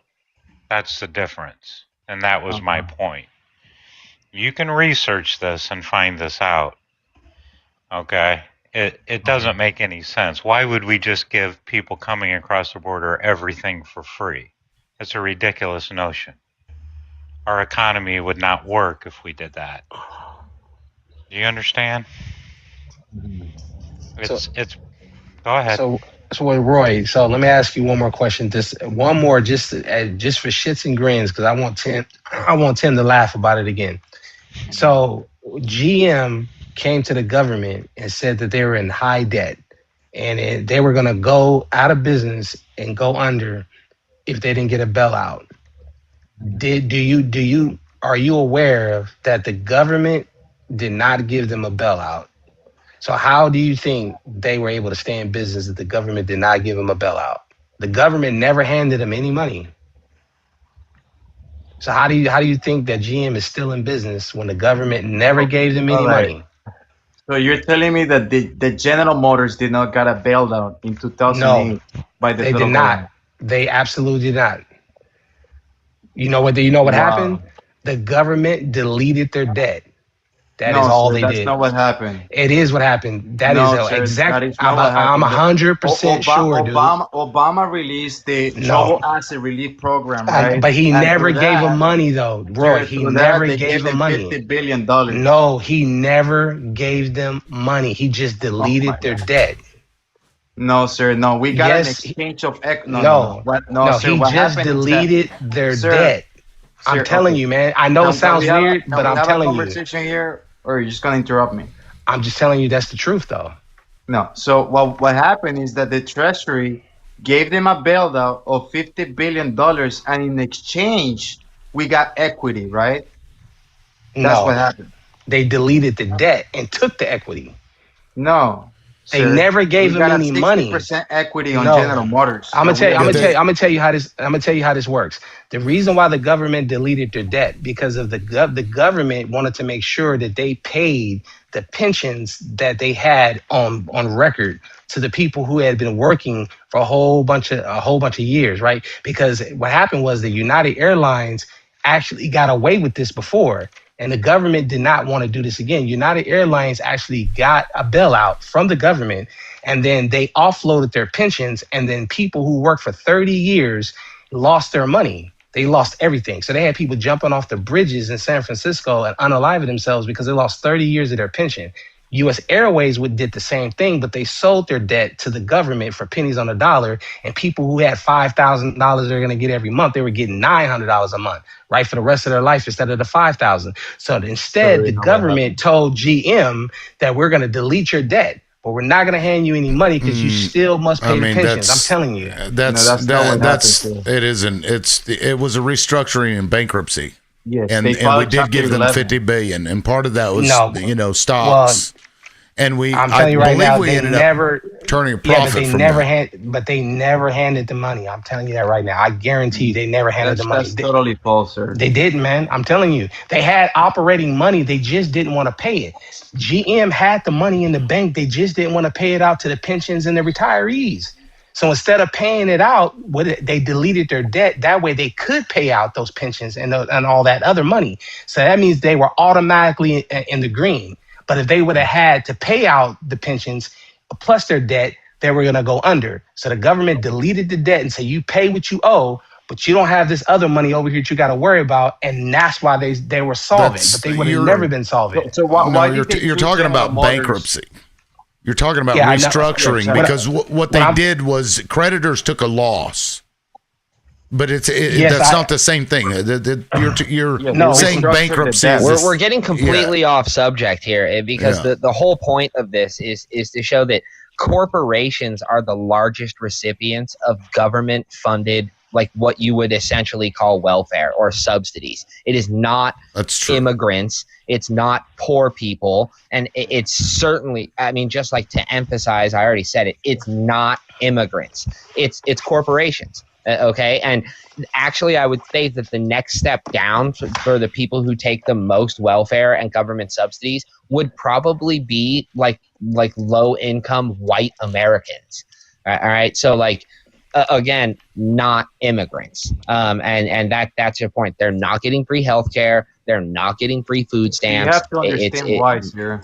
There's a key distinction between getting a subsidy for a company than just giving welfare to individuals, right? If we give subsidies to companies, it's for them to innovate, create jobs, and expand, right? Therefore, it's a benefit for the people. right? Rather than Well, just see, giving here's my opportunity argument to that, for because people. the fact is that Walmart hires people and they work full-time jobs with benefits and still need food stamps in order to survive. And the government knows that. And they give Walmart extra subsidy money to hire people who live below the poverty line and need food stamps.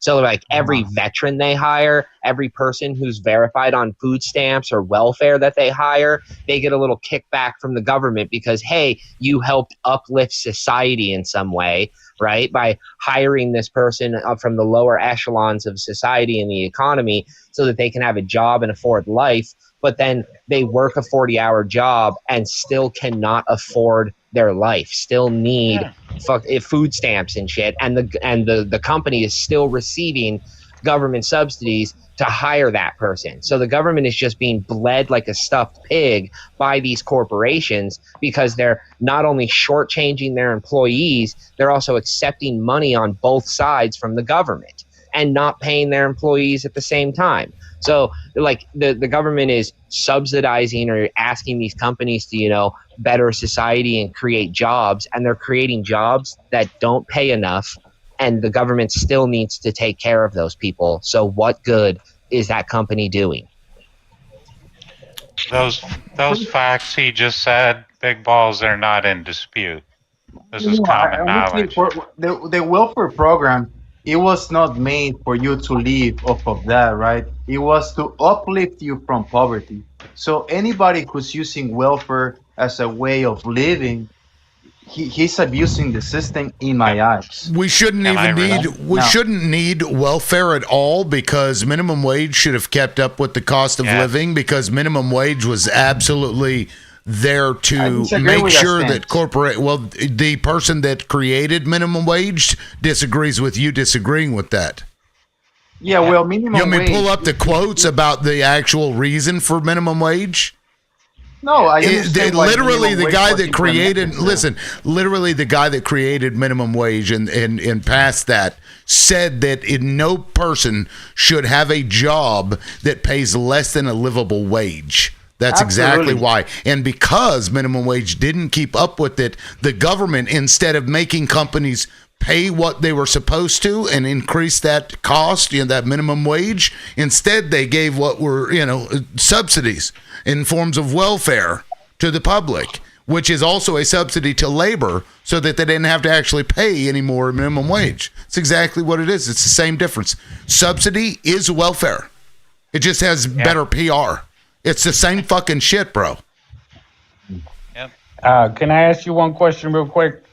GE made over $10 billion in profit this year. Do you know that the government gave them back $600 million anyway? They didn't pay any taxes on it. You mean through grants? No. That's the government kickback. Just direct subsidizing That's them their for incentive. what? Yeah, but for what? It was just a free cash, or for what purpose? This is corporate money, big business, pal. Okay, for what? What was For the nothing. purpose of those grants? They paid nothing in taxes and got $600 million back. Yeah, I have a hard time believing that, sir. Well, go look it up. You have a hard time believing facts, because the bottom line is GE, I believe it was 2012 or 2013, they didn't pay a dime in income tax. No. After they collected from the Treasury, after they got all the people, the working people paid in on taxes, they cut GE a $6 billion check for research and development. Yeah. And they paid nothing in income tax. R&D, so that is different. Called corporate welfare. Yeah, that was through the Inflation Reduction Act, which Biden implemented to give subsidies to these companies so they can implement Biden was not around in 2012. EV vehicles. Oh, 2012, you're okay. All right. So let me look that up. So you're saying that General Motors did not pay anything unexplainable. in tax. They don't know what Biden. It's Biden's fault. My God. So are you? So I didn't know the date. So 2012, you're saying that General Motors did not pay anything in tax. I'm talking about not General Motors. I'm talking about General Electric. General Electric. They made $13 billion. How many jet motors do you buy a year? Like I say, the bottom line is, if you're fighting for corporate, You must be a multi-billionaire if you're sitting up here saying this shit. Or you know what? They love people like you because you fight for them. You fight for them to take away from the average person that pays taxes. They don't pay a dime. And you're sitting up here fighting for these people. You're out of Yeah, your it's mind. weird to simp for billionaires, dude. Weird to simp for billionaires. I'm just saying, in general, the bottom line is there's corporate welfare to the extreme. It's so lopsided, it's pathetic. My cousin was captain, international pilot. He was his pension, because he quit 2 years prior to having his full term, and his pension was $90,000 a year. Well, right after he did that, there was an employee buyout because were going into bankruptcy, United Airlines. He went from his $90,000 a year down to about $30,000 a year after the settlement. And guess who paid that? The government made the settlement. He got like 30 cents on the dollar. Yeah, that's what I was just saying earlier. Yeah. Here you go. General Electric earned nearly $7 billion in 2023, yet instead of paying any federal income tax on those profits, they got a refund of $423 million. Of the four firms that paid any taxes, Meta paid the highest rate at 11.5%, but that was just barely more than half the statutory rate. The two automakers, GM and Tesla, paid only 4.1% and 1.5% respectively. T-Mobile paid a paltry 0.4% in federal taxes. And yet they're bringing in billions of dollars. I just, that's crazy. Getting a fucking refund? Fuck that shit. Give it back to the people that work at GM. The CEOs make no less than $30 million a year. And I forget what it's year not it was. fair, Walmart. though. Big balls. Yeah, Walmart did a stock buyback. Did nothing for the stock. It doesn't raise it, but they had a buyback. They So spent how much will a company need to pay on They had a $6 or $7 billion tax rate buyback, for so you they guys bought to- that much in stock because they didn't know what to do with the money. So they went and did a buyback. Okay, what did That is correct. Why didn't they not give it to the employees? You know why? Because here, my nephew, he runs a Walmart, like he's a regional, and they, their meetings with their store managers when they go in is say, remind your people, remind your employees to keep their hours to like 31, 32 with that increase, because if they go over, they're going to lose they won't qualify for the county subsidies for Medicaid. They will lose their Medicaid because, in other words, they entice their employees to stay on their Medicaid because the benefits are better than their insurance. And they'll lose their SNAP, which they spend, guess where? At Walmart. Exactly. Exactly. So if the tax rate, if the corporate tax rate was at 35% back then, I think Obama dropped it to 28%. I don't remember. But if the corporate tax rate, let's say, is 35%, and the effective tax rate is less than 1%, like you said with General Electric, what makes you think that raising taxes will make those companies pay up? Well, I think what you're advocating is to reform the whole tax code. Yes. That way these companies pay what they need to pay. Yeah, because it was reformed with Reagan, and he gave them all the money. So now we need to get it back. Yeah, I'm not sure. I'll interrupt here and say, I see those comments, man. The crazy files that the Island Man files that got dropped today. That is a massive story, and some of the things being said in that I are hard to read. My God, it's unbelievable, dude. It's unbelievable. Well, yeah, and what I got to ask is, the Congress people that signed to have those files released, they dogged it through the whole court to keep it from being released after they signed it. After it went through the whole court delay, finally it came down and they set the date in December to release the files. That was the day they had to release the files. No exception. So why aren't all those Congress people that signed that paper, how come they're not demanding those people that are responsible to release those files aren't held in contempt, which they could do, and say you're going to exceptions. You're going to no, because you're going to sit. If you actually look in, Roy, can you let me finish, and then you can ramble on with your bull, But what I'm saying is, why aren't they there saying you're in contempt of court? So therefore, sit in jail until those files are released.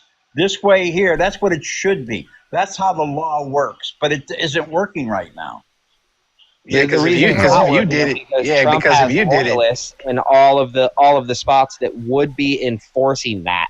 So, like, who would overall enforce that law? Right? It'd be the DOJ. Well, he's got a loyalist in charge of the DOJ. Would it be the FBI? Guess what? Got another loyalist in the FBI. So right? he literally took one out of the H man's playbook. He instilled, like yes men in all of the top government positions. Some of the first people he got rid of were the inspectors generals, who literally seek out fraud and improprieties in our government. And then after doing that, proceeded to do a bunch of fraud and improprieties in our government. And so, like, now there's no one to stop him. That's why it's not being enforced, is because all the people who will enforce it. There's nothing in the statute that grants enforcement mechanisms to it. They didn't add any that is punishment to it. And matter of fact, one of them went on fucking national TV and he was like, well, what are you going to do? There's no teeth behind it. Hurting and smirks, thinks it's funny. Right, but like I said, that irritated the hell out of me. Yeah. How they can put teeth behind it is this: you need all those Democrats that signed those files to be on the steps of the Capitol, reaching to the masses of people, because the only thing they fear is the masses of people, and they need to reach to the people. They need to organize. They're not doing that. Why is that? Because a lot of them aren't going to go there. They know that they're not going to be able to do anything about it, because like Kash Patel's where he's at, Bondi's where she's at. Yeah, but you know what happens when they all sit on the steps and demand to the masses of people, called the people, because this is the people of the government. And if you do that, then that's what they fear. But you know what they're not doing? They won't do that, because they knew that from the get-go when they signed that paper, that they were going to get dogged out. They all know what's going on, trust me. They're all in a pack.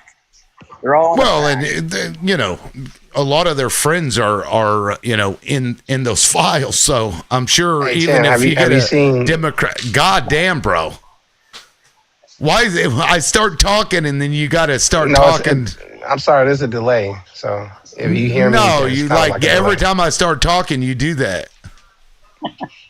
No, go back. I simulcast this to YouTube. Go back and listen. You do that a lot. Anyway, it doesn't matter. Big balls. What were you saying? Is that there's exceptions, right, on the Transparency Act. If you actually read the text, there's reasons why some of the files got redacted and some of the files did not get released. That's all. What were the exceptions? Well, some of the exceptions were protect the victims, right? Protect witnesses, and also if there's ongoing investigations, right, that will jeopardize any current investigations, like I said, those will need to be redacted. See, protecting the victims, I get it, but the way that they're doing it is complete crap.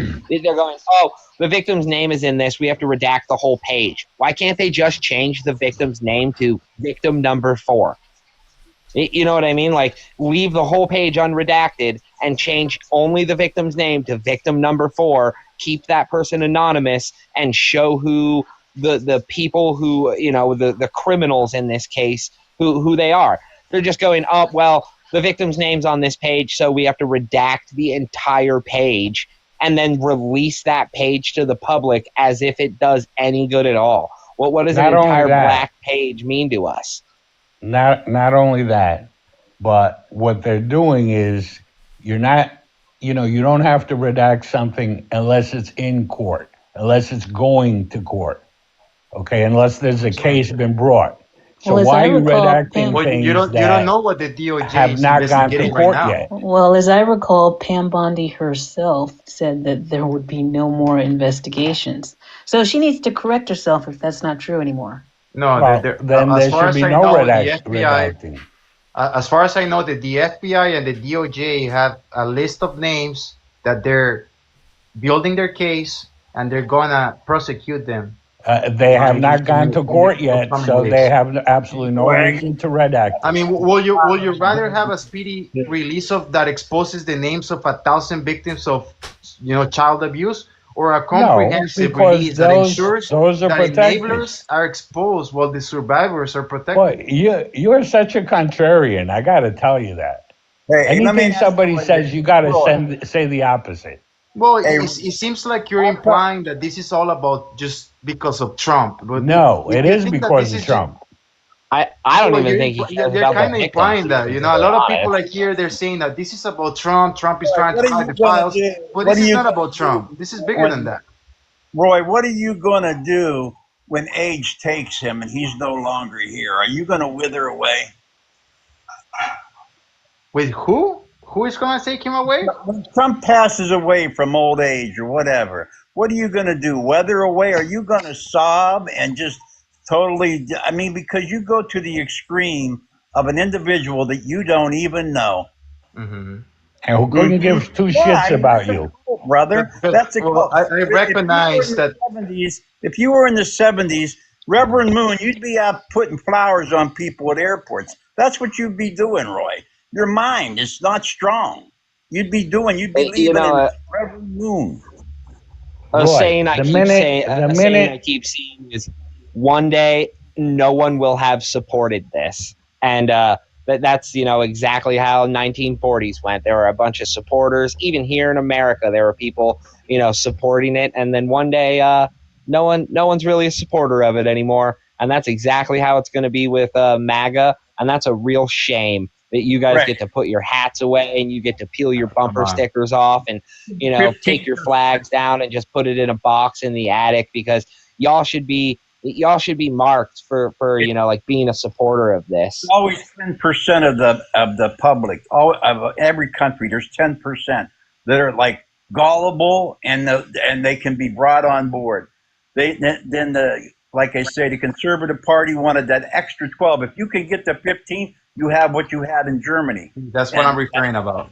And Roy, just to give you the background, July 7th, 2025, the DOJ and FBI released a 2-page memo stating they found no evidence of an Epstein client list and no credible evidence that could predicate an investigation against uncharged third parties.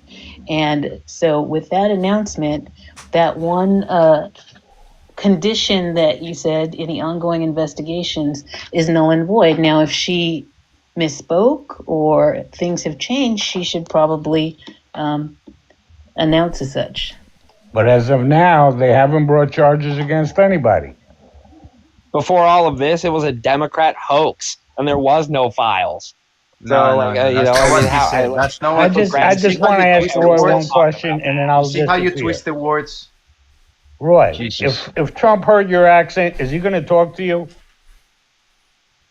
Absolutely. Why not? He wouldn't even hang the phone up because he wouldn't even answer. He'd tell you to go back to where you came from. Even if you had a driver's license, they wouldn't believe that it was yours, and they would put you in the back of a van and take you somewhere and scan your face. Again, does Melania have an accent? Yes, well, and she was Melania is illegal. different because she spreads her legs. Do you? Well, there you go. So he married a person who has an accent, and somehow he won't speak to me. I mean, come on, guys. Two of Put his some common wives sense into had it. an accent. What? Well, I don't know. He might speak. You like farms? I like what? Do you like going to farms for farm parties? I mean, he might bring you in. Yeah, you might. Well, then again, you sound like I say you might be too old. I don't know. But anyways, what about Josh Riley? Here's another thing. How come the Democrats ain't bringing him in? He's put his life out on the line. He's facing threats all over the place. And he's supposedly right now he's in Europe. But the bottom line is he will go in front of Congress and testify publicly only. Why aren't they bringing him in? I was trying to pull this up. This is what they would do to you, Big Balls. For my paperwork, because of your accent. You have an accent too. Where were you born, sir? Where were you born at? Put your hands behind your back. Ramon Monero was detained by U.S. Border Patrol agents outside his home in a Minneapolis suburb after an agent questioned whether he was a citizen because of his accent. That's what they would do to you, man. Yeah, and you know you're what will like, happen? yeah. I will comply. Yeah, of I course you will. And I will provide Of course you the will. identification that he requires. That's what I will do. We You know gonna carry your papers? What country did you come from, Big Balls? I came from Mexico. You came from Mexico? Why? My parents brought me here. They came Why? here with a EB5 visa. EB5 visa, what is that under? It's pretty much the Trump card. The Trump card? Trump so card? So Yeah, your the parents Trump have card. money? Yeah, he came. Well, my dad had a dealership in Florida, right? And he used to sell cars from Europe to the United States, back and forth. Anyways, and he came and he invested in the United States, and that's why I was able to get my green card and then citizenship. I see. So you jumped the How long line. have you I'd been be here? very careful. You're still a target for them, man. And, Yeah. Like I'm not even saying that to be mean or like Nah, scare you you or gotta anything watch like it. that. I'm saying like they literally have scooped up American citizens and threatened to ship them, to crazy places. Like you're still a target, my guy. I want to Yeah, point I've out been that, hearing that since listen, Big 2016. Balls, you bought your family bought your way here based on your own words, and then you turn around and you want Americans to get rid of their constitutional rights to be free from unlawful search and seizure. So fuck No, you, so- man. No, seriously, What do you fuck mean you. constitutional You come over here, rights? you buy your way in, and then you tell us that we have to just comply. Go fucking back to What? Mexico, bitch. Well, what do you mean How constitutional about that? rights? Do you What like rights that? have been- what You want rights us to have just you- comply? We have a right to not comply. Don't Uh-huh. go to somebody else's country and try to fucking turn it into your own. Don't do that. Uh-huh. You're telling tell me American which citizens constitutional rights have you been bought. violated Listen, so far. listen. You bought your way in, and then you turn around and you dictate and judge Americans for not And I swore an oath to the complying Constitution, when sir. they don't have to comply. Apparently, you didn't swear an oath to the Constitution, or you should be jailed for violating said oath. Oh, really? So you think every Yeah. MAGA supporter should be in jail? If you don't obey the Constitution and you want to get rid of the Constitution, fuck yeah. Who told you that I want to get rid of the Constitution? You just did. It's because of the Constitution, the just 10th Amendment that we did. have, that we in this debacle. You said just comply. So You if said a just border comply. patrol, hold on a second. If a border patrol, which has jurisdiction over U.S. citizens, No, they do requires not. you to provide identification to provide your Border Patrol proof of doesn't have- citizenship, Border you're Patrol saying not has to Border comply? Patrol You. doesn't have. Border Patrol Not Patrol US has citizens. jurisdiction over Not U.S. citizens. citizens, sir. No, they deal with Border Patrol. They deal with immigrants. No, sir, you're so wrong about that. If you're within 100-mile radius, right, from the Yeah, border, okay. So now there's a new Border Patrol goalpost. has jurisdiction over you. Uh huh.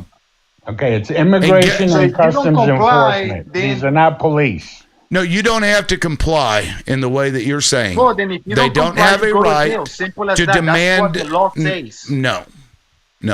Again, Yeah, well, then you're an anarchist. You're against the Constitution. no, that's not true. Oh yes, you're against the Constitution. You because bought you're your way impeding the will in, of the people. and then you We turn had an around. election- We had an election night, and you're impeding the will of the people. You're bullshit. against the Constitution. The Constitution says that the No. citizens I'm here should be to defend free him. from the unlawful search and seizure. And you're Well, over here absolutely. telling people, you're over here telling people border that they have to comply. Roy, what Yeah, state are you that in? 100-mile All right, law can from you, the can border you tell got me changed how as a did result this of guy, Bush the and the video that you show in Republicans. the video, how did his rights, his constitutional rights, were violated? Well, he was arrested for not, I guess, giving his information. Oh. You have a Fifth Amendment right. Listen, you have a Fifth Amendment right to not answer any questions. You have a Fourth Amendment right against unlawful searches and seizures. Without probable cause, they have no right to do any of that stuff. But your bitch ass said, and I quote, just comply, which means you don't give a fuck about the Fourth Amendment. You don't give a fuck about the Fifth Amendment. You want people to comply after your fucking parents bought your way in here. You skipped the line and you turn around and yank that ladder out from underneath you. Fuck you. Uh-huh. So are you Fuck you. telling me that No, if fuck a lawful you. agent, Hey, Roy, There you what go. is Here, fuck you. Gene No, I'm sick and Jones? tired of that shit. That is the worst of the worst scumbag type of piece of shit. And bitch, you can go back to your own country. That's what I got. That's all I got to say about that. You don't like the Constitution, motherfucker? Go back to Mexico. You want to comply? Go back to Mexico. I'm with that energy. Absolutely. Like we have, fuck that we shit. not only have a right, we have a duty to not comply with That's unlawful and unconstitutional orders in this country as American citizens. And like I'm with that energy. If you want to come over here and you want to embody the American spirit and like, you know, fight for what's right and you know, not comply with unconstitutional laws and rules, I'm with it. But don't come over here and just tell us to comply like that. That's some no, absolutely not. Crazy. Now, 55% of Latinos voted for Trump. Right. Okay. And now they're turning around and seeing their friends and relatives being yanked out of the country and being sent to cages. Anybody, Roy, you clearly did not read your Constitution. That's all right. Let Roy. He's got down there, Roy Company Jones 30. I'm going to have this guy pull up his information because he'll get his IP. He'll know where he's at and everything. We'll turn him This over. one. That's not necessary. His daddy sucked on Donald's balls and Roy's. Well, you know, I was good. That's why I asked him where did he live, because I wanted to see how far away it was from Trump, and that would tell me how long it was, What a how scumbag. far away his What a tongue could fucking reach scumbag, big balls you are. Trump's testicles. Holy I don't think he's here legally. Well, it sounds like he's okay with having to piece of shit, man. give his papers on demand, right? And carry his papers around. And he's okay being targeted because he has an accent, because that is just what he thinks that he should do. But I will tell you that dissenting is probably one of the most American things that you can do. So, yeah, I'm you know, that like is so weird to me. Like, I'm going to run from my country to another country, and then I'm going to go over there and tell the citizens of the country I ran to, which I purchased my way into, I'm going to tell those citizens that they have to just comply, despite the fucking country being, you know, created on the back of not fucking complying with tyranny. Like big balls, go fuck yourself with those big balls, I guess. I got nothing for you, man. Yeah, such big balls. When it comes down to it, he just complies. You know what I mean? Just roll over and show you belly, man. But you heard everything that he said. Daddy comes in, right? Daddy has a dealership in Florida, which is Ron DeSantis. Like, come on, right? He's obviously probably, you know, sucking the dicks down there and paying some strokes so that, you know, they can stay in the country. And then this piece of shit talks about what? Come on, you know exactly how his mommy and daddy got the fuck in here. It's not fucking rocket science.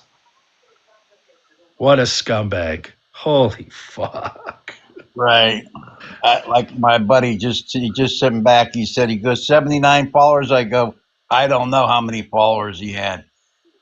He says it's got to be him. It's Roy Company Jones, Roy Big Balls. I go, well, I don't know. He said he just said it's his thing is Roy Company Jones 30. He'll find out. He'll know when he opened up this TikTok account. He'll know where that IP address was located. He can find out everything. They can turn it over. Believe me, there's ICE agents that have gotten 20-some years in there that are just like really pissed off at what's going on. So, like I say, they can make him have a hard time. Trust me. well, yeah, because it doesn't make it safer for them in any shape or form as more and more people are against it. I just wish that he had stayed so we could have kept talking about corporate subsidies because, one of the corporate subsidies that some of our most valuable corporations, Amazon, Microsoft, Apple, Meta, Alphabet are getting, they're getting billions in U.S. and state subsidies for these data centers. And they're creating almost no jobs and potentially raising electricity for the cost for the residents. So it's just, like if you're gonna attack welfare, try corporate welfare to those $1 trillion companies. Yeah. Start Now, there. for Start the there. record, I dropped his ass because I'm losing my patience with these people, and Well, that's 6 and accounts. That's 6 accounts. and also I don't want to dox anybody. We're not going to dox anybody. I really don't give a shit. That guy, I hate to say this, but I hope fucking ICE shows you what you voted for, bitch. I hope they show you what you voted for because that's what you voted for. Like, I guarantee you one of the main reasons that he voted for Donald Trump was it so other immigrants couldn't come in here, because you notice the very first thing out of his fucking mouth was immigrants getting free shit. When this motherfucker has been getting free shit his whole life. My daddy owned a fucking dealership and bought a fucking gold card. Bitch, you've been getting free shit your whole life. Don't believe that. His daddy don't own shit. Like I say, the bottom line is when he took big balls, he took the name of the guy that Elon Musk was friends with, that young kid that was going through the stuff. That's why it's probably a fucking plant. For all I know. Exactly. See, the most frustrating part is that the people that you're getting, because I've been watching your stream for quite a long time now, and like there used to be some people who would come up here who would try their best to like have intelligent conversations and intelligent debates and like actually try to defend Trump in the beginning, and for a while I think they got somewhere, you know what I mean? But now it's just like everything that's happened is just straight up indefensible. And really the only people that you ever have coming up, along with a bunch of the other streams that I see, are just kind of the lower echelon of the education system in our country. They're also immigrants themselves who are arguing for it, which is really strange. And it's just people who can't make coherent arguments who are still defending it. And I think that really says something about who his followers are at this point. Not even the Republicans who consider themselves intelligent and like politically educated are continuing to argue for what he's doing. It's really telling. Yeah, well, I can see why he doesn't go on MAGA I'm going to Live. go ahead and drop down. I've had a wonderful time. Thank you. Well, thanks for coming up. I appreciate you having your first time up here. Well, now you've been on panels before, right? This is just your first time online? Yeah. I have a couple of that I like to go to, but I enjoy listening to you. So well, I appreciate it. I don't know if you noticed, but my patience is really starting to run out with some of these people. I love it. I understand it. I understand. I don't, what do you do? All right, take care, everybody. All right, we'll see you. Thank you. Now we got a couple of new guests here. I think both would be in opposition. Anna Smile said that they were in disagreement, and we got Donovan. I haven't seen Donovan in a minute. So I think Donovan got in here first. So go ahead, Donovan. What's up? 45 Virginia voted for Donald Trump. It's nice seeing you too there, Loudmouth. I came up just in time. Oh, wait. Oh, I'm sorry. What was that? Who is that? Oh, I think, who is it? I think that's it. I got to drop him. Go ahead, Donovan. Yeah, I was just saying it's nice to see you too. And I came up just in time to hear this argument this gentleman in the GI bot PFP has about, I suppose, if you don't agree with the left, that just means you're uneducated. That was good. But it sounds to me, and this is a theme I've talked with Loudmouth about, that the left positions are generally born of fashion and not fact. So what you are doing, my friend, is you are giving us the lay of the land from inside your bubble. And that's fine. We appreciate it. That's what these political panels are for. So I'm just going to land my plane and shut the fuck up and listen to what all y'all have to say before I open my mouth. Now, who was that directed at? Was that SLT or? That was me. So made a faction and not fact, and I would absolutely dispute that. In that, I'd say 90% of the claims that the Trump administration makes are all surface claims, not supported by substantial evidence, and can't be defended by someone like you. We just talked about this in the panel before you got here. Mm-hmm. Immigrants getting free health care and free food assistance and free hotels. If you believe, which I'm sure you do as a MAGA supporter, that immigrants are flooding into our country and getting free health care every single day when Americans can't, will you please walk me through how an immigrant would get free health care in this country, free federally funded health care Walk me through it. He falls, an illegal immigrant who breaks into this country, has a life, falls in a park and breaks his leg. How does that guy go and get free healthcare, federally funded healthcare in our country? Walk me through the steps, please. Defend your point, defend your talking point on the Republican side, and use substantial evidence to support it. Because I can use evidence to support that does not happen. And my talking point is not fashion, and it is based and rooted in evidence. All right. So please show me your evidence. So the way that American hospitals work are similar to lots of hospitals. If you show up and you are grievously injured, they treat you for those injuries. And if you're in the country illegally, where do they send the bill? You think They write someone it off. who's here from Honduras They cares write it whether or off their not they got a taxes. bill for critical care that could cost into the hundreds of thousands of dollars? Of course they Well, do. they write it You off their treated them- taxes, excuse me, and they sir. charge you more. Listen, he asked me a Dangerfield. question. I'm Dangerfield. almost He's done. answering. I'll be brief. Yeah, let him finish. So while I don't find a problem with that, I don't find a problem with people being treated for grievous injuries and that bill basically going into the ether and the hospital absorbing those costs. To say that it doesn't happen is a little naive as well. Well, I mean, to that, I would say that emergency care isn't health care, and it's not federally funded. Okay, and they write it off their taxes, they write it off as an expense. their profits, and so they don't really get hurt at all. But they do due to the Hippocratic Oath, which is not just the Hippocratic Oath. You have to do no wrong. You have to treat somebody who is injured. That's an emergency room. That's a law. So you cannot not for somebody who comes in and says, I have an itch. No, it's somebody who just got into a car accident, who just got their head smashed in. They cannot refuse. I'm know. talking That's also what I'm about saying. like say an illegal immigrant who has diabetes and cannot afford the test strips and the glucose injections because they do not have health care or insurance and can't go to the hospital to get those things. They have to pay for it out of pocket. There's no federal funded insurance, okay, that like those people can Right. seek. They can seek emergency services, but they will never be able to get federally funded or even state funded medical insurance because they're illegal immigrants. So now that we've done that, right? The hotels, how would that happen? Walk me through the steps on how an illegal immigrant would get a free hotel from our government. You can't, because that point is wow. made in fashion, just like you said, not based in evidence. Yeah, so you asked me a very specific question. I gave you a very specific answer.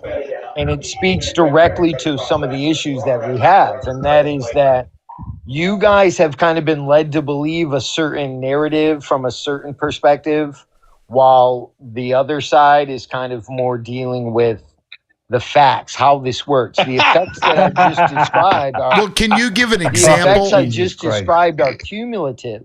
That happen millions of times, and those resources should go to people, to legal immigrants and to citizens. And you cannot refute that. So thanks. Well, so what can you give an example? Because you made a claim that the left is about fashion and not facts. Can you give an example of what you mean? Well, yeah, I mean the insistence on applying wet hole politics to Donald Trump. When the releases from the Oversight Committee were clear, it established a clear timeline with regards to relationship between Trump and other high-level Democrat, functionaries like the Clintons, like Barack Obama, like Rumler and Summers. Like the Simpsons. What? I said like the Simpsons. All said. What do you? I don't watch The Simpsons, Mike. I don't watch cartoons. I'm grown. Yeah, you know what I'm saying? I don't know what you're talking about. What do you mean The Simpsons? Okay, so whenever I asked for an example, you still gave me vague. I haven't gotten anything yet. The left example. Yeah. Well, no. I mean, the Epstein thing is a perfect example. What about it? The entire country has seen the culpability that you guys suppose Trump has, but clearly doesn't. The relationship ended in 2004 between Trump. That's not true. Did you and not see Epstein today? because Give me a minute, Holy y'all. fuck, guys! Let Jesus Okay, Christ so let I'll this be man real finish quick. his point. Yeah. I'm usually very brief. Anyhow, that relationship was over in 2004, but the Oversight Committee's emails showed that the Epstein's relationships with other high-level Democrats, while he had already split with Trump, was obvious. And the fact that you guys ignore that, I think, tells the tale. Oh, we're not ignoring it. So here are the facts. Here are the facts, my man. All right. So at first, there was no Epstein files. These are all right out of the mouth of Donald Trump. There were no Epstein files. Then they turned into a Democrat hoax. Then it was back to there was no files. Then it was back to like they were a Democrat hoax that were directly written in order to, get a bunch of the Republicans. But then there were only Democrat names in it. And then he signed a law that said that they needed to be released. Okay. He signed that law. And then when they broke that law and didn't release them on time, and the federal government tried to hold him to the standard of the law that he signed, he sued in order to stop the release of the files. That is undisputable fact. Those are filings in our government you can go and look up.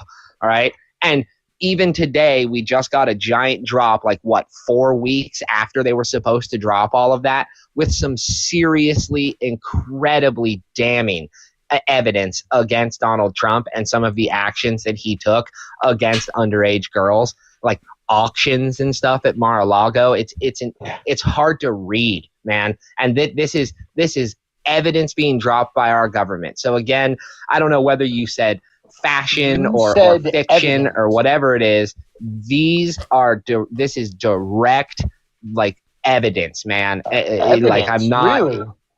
So what does this evidence consist of? Fingerprints, video? What does it consist of, Clinton? Testimony Wait, from I'm waiting. victims. Testimony is not evidence. What year were these allegations made? Under oath testimony. Credible, really? That's an interesting word you just used. Witness testimony from that's what the FBI, how many that's witnesses? What the FBI determined them to be is credible under oath. Okay, well let's oath admissions. Let's make a statement of fact here. A statement of fact is that there is no evidence that currently proves that Donald Trump did anything with any children. Right? Nor Bill Clinton. That's a fact. Nor Bill Clinton. But what we can say is that there is plenty of circumstantial evidence that would indicate that an investigation should at the very least be warranted. On both of them. That's correct. On many people. Investigations are always a great idea. So any liberal that says, "Oh, I know for a fact," that is their opinion based off of circumstantial evidence that they've seen. And But, I don't Tim, know I got that a that's question, though, if I fashion may. versus fact. That's just, I got that's a how question. people are. How many presidents do you know, running presidents that are in office right now, sues their government for $10 billion? I'll wait. I know. I'll wait. How many? I'm waiting. That is funny. I mean, it's not funny. Yeah, there's How been some many? shocking circumstances regarding Trump's presidency. Donovan, and the how reaction- many? And the reaction to his Donovan, presidency. how many? None, other than Trump. Right. Right. How many presidents made $1,400,000 in their first year? How many presidents went into Washington billionaires as opposed to coming out of Washington wildly rich? I think the American electorate is far more comfortable with that. And what you're observing, your fashion, your apoplexy to Trump's presence is simply the immune reaction to the deep state being dismantled. You're welcome. The deep state again. deep What? Oh, What the fuck? I forgot about that. I want to actually use your own terms about the deep state. That is a fashion statement, not a fact statement, Donovan. Not my word. You The just deep used state that has been word. talked about for decades. You just used that word, but it is Right, not I a said statement it's not of my fact. word. I didn't make the word up. But you used it. Correct. You're welcome. And you said you're welcome. That's right. So you're in agreement that there is a deep state, right? Absolutely. Okay. Do you have proof of that? Circumstantial evidence. Okay, so you just did exactly what you got upset about liberals doing. Do you see? We're humans, Donovan. You know what I mean? Yeah. We all of us do this, though. You know, you see enough, and to you, it's convincing enough to you to say these things. That's the way humans communicate a lot of times, and that's how a lot of people get in trouble too, by making defamatory statements that are just really opinion. So, and I only bring that up because you're the one that said that the people on the left make fashion statements versus factual statements. And I said just, the positions are mostly born of fashion and not a fact. Right, but the same is true for Republicans also, if we're going to use that standard, because you just did what you accused liberals of doing. Political rhetoric is useful. It certainly has its uses. Right, but I mean, you see, it's like being mad at the left based on what you just presented to us. To me, it's just kind of silly because humans are kind of weird, right? We're just weird critters, and we sometimes engage in that behavior. So I don't know, latching onto that as some kind of that the point deep of fact state is fashionable and that it's not a thing. You asked me to prove it, right? Okay, correct. What's the average incumbency in Congress? Yeah, I don't know. It's probably pretty high, though. 40 years or so. Yeah. So is that what you define the deep state as? Because, I mean, do you have a definition of the deep state? Pretty compelling evidence. Congress is the deep state. Yeah, if you ask me to define the deep state, I would say individuals that either willingly enter or pressed into service of the military-industrial complex and other industrial complexes that exist in the United States, including the medical industrial complex, the media industrial complex. You know these as oligarchs, et cetera, et cetera. They're also warring amongst each other. Democrats have their oligarchs. We have our oligarchs. Okay, I would totally agree with you that they all are pulling the strings for like the billionaires and the oligarchs, the owners of big pharma and big military, BlackRock. I would totally agree with you. We on both sides can agree that those people are the problem. But here's the thing is you are helping to empower the side that is giving them more power. Like the Republicans have traditionally given those corporations more tax cuts, more power in our government. Like you are supporting the side that is empowering the people that you dislike or refer to as the dark state. So you appreciate my definition then. Wonderful. So let me ask you this. Wonderful. Let me ask you this. If I made the statement that it seems to me that the two sides aren't in fact Republican and Democrat, but globalist and nationalist, you would disagree? Yes. Really? I think liberal.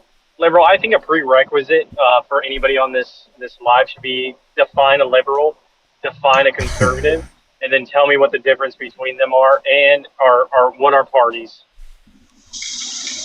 Okay, well, I mean, we can get to that. But Donovan, now I don't even remember what you said.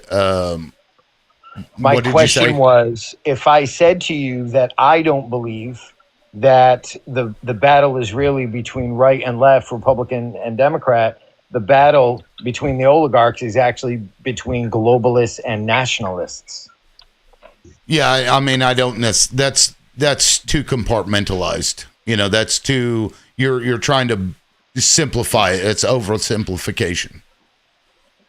Because being in favor of trade, being in favor of trade, one could say that's that's globalist minded, but one could also say that's nationalist minded. So then you'd have to further define that term, nationalist versus globalist. I just don't find that to be very helpful. Then you get stuck in the weeds of semantics. I mean, like I kind of understand what you're saying, and I would have to say that Democrats have been both nationalist and globalist. Like they like Democrats appreciate and have worked very hard to strengthen trade and strengthen trade agreements with other countries, while also working to help to increase funding for social networks in our own nation and to help uplift like the people within the nation while also helping uplift the companies and, our external and international effects over the world. While I would argue that Republicans have time and time again threatened to shut down our borders, they have been putting tariffs on other countries, and that they have acted more nationalist than globally minded in any way, shape, or form. I also wanted to point out, Donovan, that your definition of deep state, I can appreciate that. The companies pulling strings, getting people reelected, et cetera, et cetera. That's why most legislation goes towards special interests. But I would say that Donald Trump has enhanced that. In fact, he surrounded himself with 13 billionaires from day one. And currently he will put up a tariff on something, right? And then when somebody donates money to him or his campaign or does something for him, all of a sudden, like Brazilian beef, for example, all of a sudden the tariff goes away. And so it's almost like this pay-to-play situation, right? Or he pardons them. It's almost like this pay-to-play situation that we have. So it's you say he's destroying it, but what I'm seeing is he's utilizing it for his own gain. And, is that different? It's a little different than before, but it's the same problem, Drawing battle lines and consolidating assets is what it sounds like to me, yes. But it still supports the idea that it's globalist versus nationalist. No, and it's not Republicans versus isolationism. Democrats. If we were a nationalist, would we be trying to overthrow other countries and take their stuff and steal their oil? Well, if you look at it from a bigger picture, right? Like if you're looking at it down, no, I'm not a neocon. What I'm saying is that Trump's policies. If you agree with the Venezuelan takeover, that is a neocon ideology. They did in Venezuela what Bush should have done if what he was saying the whole time was true in Iraq. Because applying strategic force using drones and using special forces is a much more surgical way of getting it done than sending 3 mechanized infantry brigades and taking over the whole entire country for 20 years and bleeding our treasury dry of trillions of dollars, right? So Trump is far more precise while having those nationalist interests. And you guys can fight it all you want, but when you really drill down on it, every single thing he does is more focused nationally versus globally, which is what the Democrats are pushing for. No, he's a neocon. Please I'm not disagreeing look with up you, the sir. definition of a neocon. I'm That not is a disagreeing with you. globalistic force of American imperialism. If a country doesn't abide by your ideologies, you take it over and you say it's mine now. That's literally what he's doing. Well, no, that's not technically what he did. He did quite the opposite. He left their remnants of the Maduro regime that are still in control. No. Okay. Did he not say I'm in control of that country? He did. And Okay, there you go. he threatened the new administration again later and said that we'll go back over there and So do what it he's again. suggesting if is you he's don't going to listen. cover that country via Telegram or Signal, probably Signal, knowing Pete Hegseth. That's how he's going to rule that country. But blowing up those I'm people glad you were got okay, that, right? liberal. Yeah, no, I got that. That is funny. Every time I hear somebody on Signal chat, I'm just like, fucking hell. I think that was Moist Pickle, which I love the fucking name, by the way, was talking about neocons. I mean, really, that's what that is. That's a neoconservative He's right. ideology. You're right. It really is. Yeah. So how much does a drone cost that we Depends use on the against drone. other countries? Speaking To do away with $5,000 motorboat. Speaking of drones, though, I love how they banned the drones from China, and then they had DHS go out and do this propaganda video with drones. Oh, look at the new drones, and they get all this B-roll with these drones, and you see them down there, and the controller's a DJI controller. These people are so full of shit. Have you guys been watching the I'm a footage duck coming out hunter. of Ukraine? I've been a duck hunter my whole life, and no. Have y'all seen some of the footage out of Ukraine, like how it's fundamentally changing the way battle is fought, especially infantry? I mean, Yeah, if you guys, those remote ships, those like Yes. drone boats, fucking awesome, actually. Gotta if say. you guys could get a hold of a semi-auto shot pew, I would highly recommend it. Semi-automatic shot pew. Yes. Was it like something spider web where they were using the tethered drones? Yeah, the tethered drones are especially bad because you can't jam them.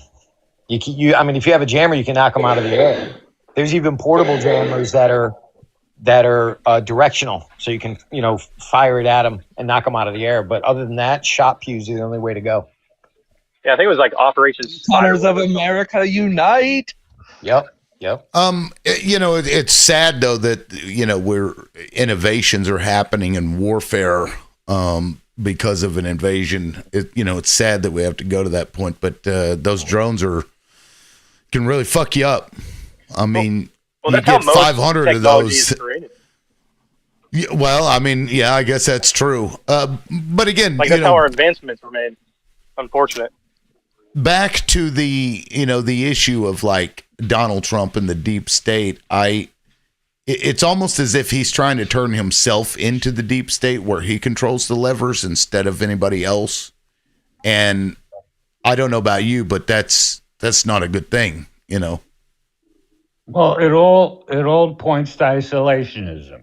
In isolationism, the gross national product goes down, trade goes down, money goes down, everything. The price of gold snaps up. Oh, wait a minute, it's 1929 again. Yes, buy gold.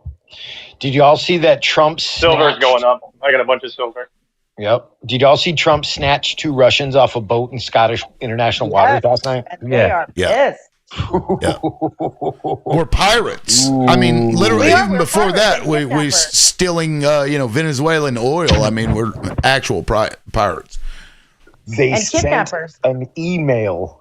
They sent an email. They didn't even deny it. They were like, "Yeah, they're in the custody of the U.S. Justice Department." All I know, these are the ideas of an ROTC graduate called Hegseth. Did you know that Pete Hegseth had an FBI agent accompany the team that yoinked Maduro just to read him his rights? See, and that's so silly, as if like our laws are even remotely useful in somebody else's country. That level of like Stupidity? supremacy and like arrogance is, I don't know. It's so gross. It's hubris. We are. No, These people are. Yes, it is. We think we are better than the whole rest of the world, and we think that we can enforce and inflict our views on the whole rest of the world, and that's not how the world works. Nadine, you are 100% Operation right. Grim Beeper? Are you familiar with that? With Grim Grand Reaper? Beaver? No. Operation Grim Beeper. No. Beeper? Yes. No. This was the Mossad. It was recent. It was like a year and a half ago. Mossad got a hold of the beepers that Hezbollah was using and put boom booms in them. And then when they sent a particular signal, all of the Hezbollah members. Yeah, Right. that's Yeah, so it was great to it was a just T murder attack. people with a beeper. It's It a was they a did T the attack. It was the pagers Mossad is a terrorist and they also organization. did the walkie-talkies. You And in don't- fact, You don't see they- that as power projection, No, I like see that engagement as on a Mossad different No, level? it's a terrorist is attack. a terrorist organization It is. that is part of So- the IDF, which is a terrorist organization. I'm glad you brought which that is up. part that Israel is a terrorist state. Yeah, well, again, I'm glad you brought that up. Novel power projection like that is the reason I brought that up, similar to what Trump is doing now. Do you suppose the novel type of power projection that Trump has done in Venezuela or now in the North Sea, It's not novel. Is that terrorism or Yes. is it just Yes. novel? Oh, it's terrorism. Terrorism. Okay, It is thanks. terrorism and it is not novel. I We've done that appreciate before. you. Even Greenland, okay? Greenland, he says, we need Greenland to protect us, in case Russia decides to, You don't believe him? do boom boom us. You don't No. believe him? The short route is over the Arctic. The long way is over Greenland. I guess he never saw What was the name of it? With Matthew Broderick? Thanks, War Tim. Games. And I guess Yeah, he never see, watched the War Games. Now there's a few people that haven't talked yet on the panel. Moist Pickle, you've talked, right? A little bit. Yeah, I think so. Okay, yeah. We've got Iskander and On a Smile. I don't think On a Smile has talked yet. Iskander, you want to go ahead? Yes, I'd love to. Thank you. Thanks on your platform. I was just going to say, on the topic of Venezuela, really, this isn't unique to Trump. Just about every U.S. president to have ever existed, technically speaking, would be a war criminal under the Geneva Conventions. And we can go into president after president if you like. But the point, though, is that when it comes to Venezuela, right, Smedley Butler pictured here said it best: war was a racket. Are we really in Venezuela to help the people of Venezuela out, or is it because they're an OPEC nation with an abundance of oil? I think we all know what the answer is. Oil. So exactly. It's like in the next, Maduro, say what you will about Maduro. I'm not Venezuelan, it's not my country. So in terms of whether or not he's good for Venezuelans, I can't determine that. I'm not Venezuelan. So with that being the case, the next person to come after him may arguably be every bit as bad, perhaps even worse. So when you start making normative claims to justify something like this, like, oh yeah, Maduro, bad guy, terrible guy. Okay, well, the same thing was said about, what's his name, in Panama, right? And yet, Noriega, who came after him was arguably every bit as bad, perhaps even worse, like when his wife, won the lottery and when they embezzled the money and so on. Yeah, and real quick, to Donovan's question, let me read the actual definition of international terrorism based on our own definition. As used in this chapter, the term international terrorism means activities that involve violent acts or acts dangerous to human life that are a violation of the criminal laws of the United States or of any state, or that would be a criminal violation if committed within the jurisdiction of the United States or of any state, appear to be intended to intimidate or coerce a civilian population, to influence the policy of a government by intimidation or coercion, or to affect the conduct of a government by mass destruction, assassination, or kidnapping, and occur primarily outside the territorial jurisdiction of the U.S. or transcend national boundaries in terms of the means by which they are accomplished. By definition, our own definition, we are international terrorists. Yes, we are. I mean, where do we start doing it to our own people, like Tim Walz or Newsom or Pritzker? Exactly, because now we have the Gestapo are the domestic terrorists. So we are international terrorists in other nations, and we have domestic terrorists who work for the government, who are murdering citizens in the streets. So ICE is Gestapo. Is that what you're saying? Yes, they are. They are the Yes, Gestapo. they are. By 100%. definition. What is the definition of the Gestapo, Tim? Look that up. Yeah, look that one up. That'll be fun. Yeah, what is it? Look up the definition of the Gestapo. It is a secret police force for political ICE is means. the 11th most funded. ICE is the 11th most funded military in the world. They're just under Japan, by the way. Yeah, and they're even more funded now than the fucking FBI. I mean, it's pretty crazy. They are the Gestapo. The Gestapo was the official secret police of Nazi Germany. It formed in 1933, led by Hermann Göring, Reinhard Heydrich, yada yada yada. Schutzstaffel.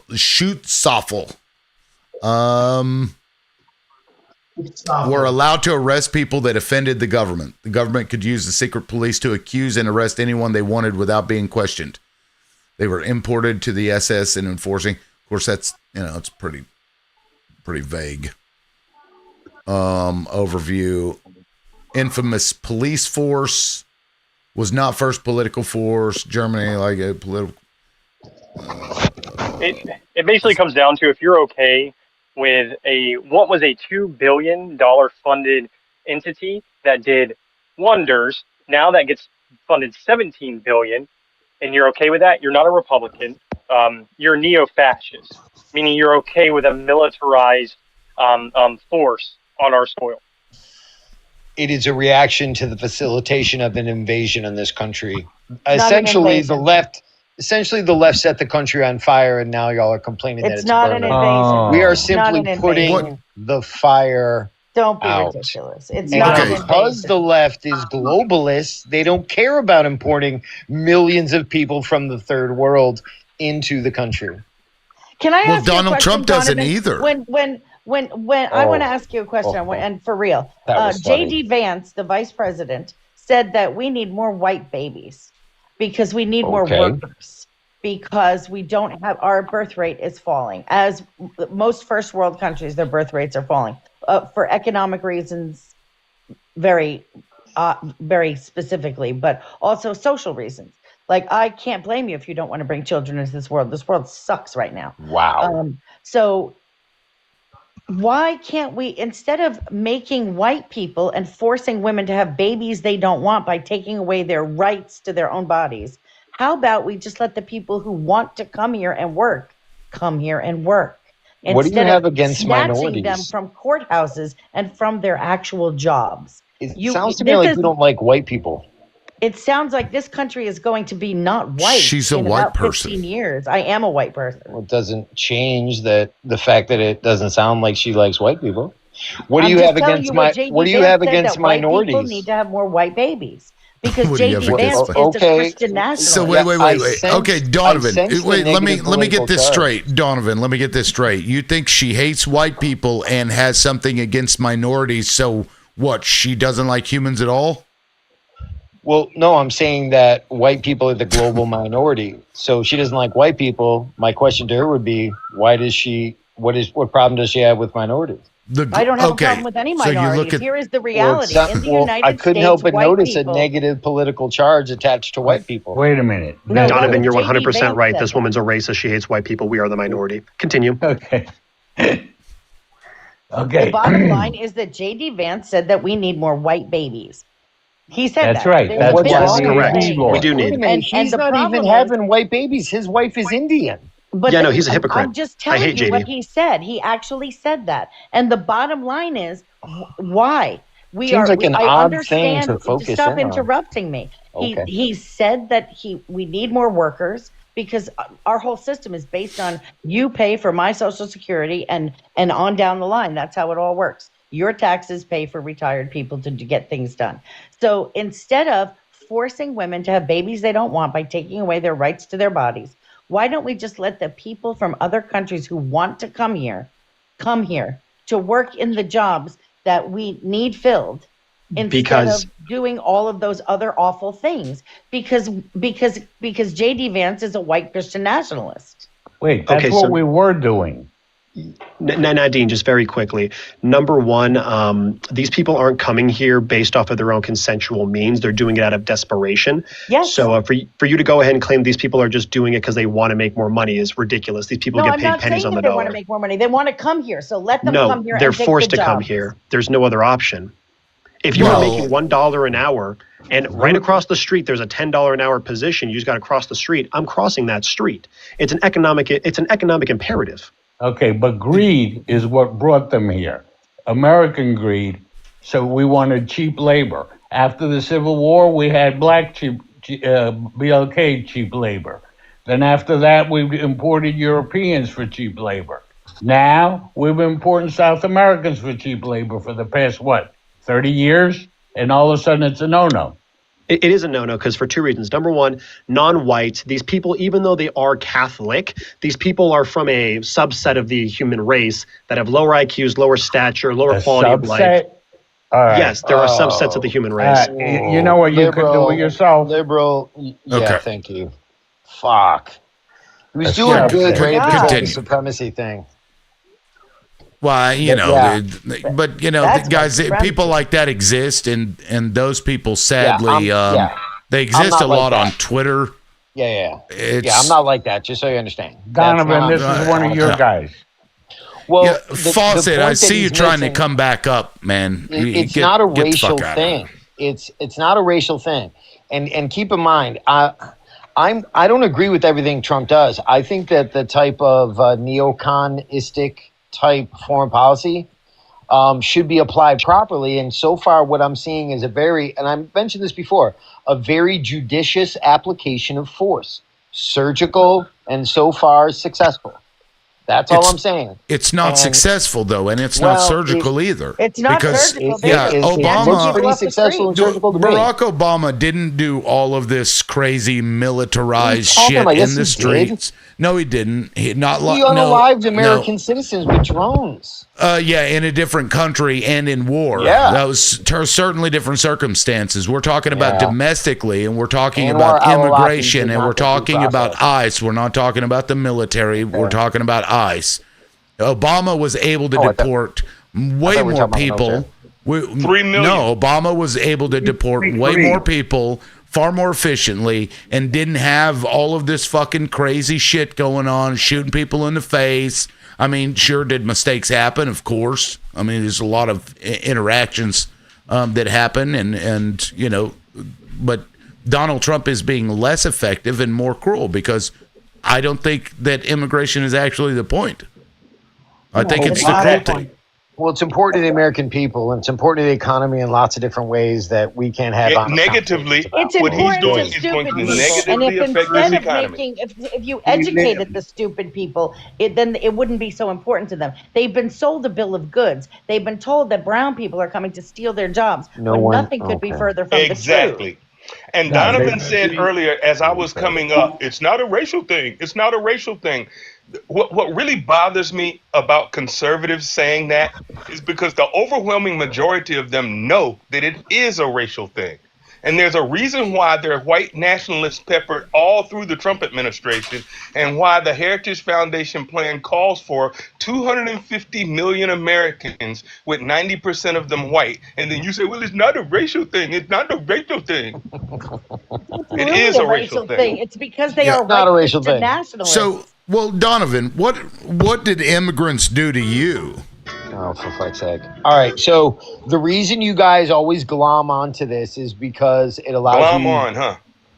Well, I asked you a very I specific listened to question you, because my guy. you said that Biden lit the country on fire, and you think that it's Yes, the like left. it's It's been imperative. going on longer than just Biden. Well, whatever. Ronald Reagan gave amnesty to millions of them, Exactly. right? Maybe it 3 was Reagan's million. fault. We can go all the way back to 3 Reagan. million. Now we we're can go staring all down the way barrel of back 20. to the people that came over in boats from Europe that brought these fucking people over, right? all We this could go is all the way irrelevant. back. Well, look, I'm asking you a question. You seem to think that because immigrants come here, that's lighting a fire in the country. So what exactly happened to you that are, no, that's what you said. Nothing You said happened the to me left specifically. lit a I'm fire. talking about the country, and what we're talking about specifically is the effect that 20 million illegals have in the country. Let's What turn it on. effect? What happened to Before I you? get into that, wait. We got to address something that you guys throw around real nonchalantly. You mean like because that of- rhetoric you just used? What Well, the hold on. fuck? Let me answer the Because- question. Because of chuckleheads that, like that guy were up here on the left a moment ago. This is not a racial issue. Some people want to make it a racial issue. Jesus Christ, my guy, can you have a shred of self-control? Yep. Just give me a moment. I'll land, and then you can go on and call me a racist all you want, okay? I didn't call you a racist. The though. re- Go ahead. oh my God. Go ahead, Donovan. The reason that they glom onto this idea of racism is because they're simply attempting to grab the moral high ground rather than make a cogent political argument. It happens every single time. It's emotional and smacks of the fashion I was talking about earlier. So now, can I address that? You didn't answer the question. My question was, what no, did they brown do people to didn't you? do anything to me. There you go. Okay, There so you go, well, Rob. then Your why question do was you? silly. Why is it a problem that immigrants come over? Well, there's all kinds of effects that even have profound effects that are difficult to be measured. But if you're asking me and you want me to be succinct, I'll say that obviously importing lots of cheap labor has an artificial downward effect on wages, while simultaneously having an artificial upward effect on cost of housing and transportation and healthcare and all kinds of other issues that are hard to be measured. So I'll land there. Okay, sure. Well, I want to make that point. You're right. The increase in labor access will often bring down the cost of wages. And guess who's actually setting the cost of the labor? It's the company, right? So why are you going after people who are just doing for themselves what any person that wants to take care of their family would do? Why aren't we focusing on the businesses? Biden went after many, many corporations that were hiring illegals. There's thousands of them that you can go and look up those cases. Donald Trump's focus isn't on that. It's on the actual people. He's like punishing the people for just trying to help themselves. So I don't get it. He's fulfilling a campaign promise. He's fulfilling a promise he made to the American people. This is what they voted for. Right, but it doesn't fix anything. Right. Okay. I'd like to address him on what he's saying, coming and going.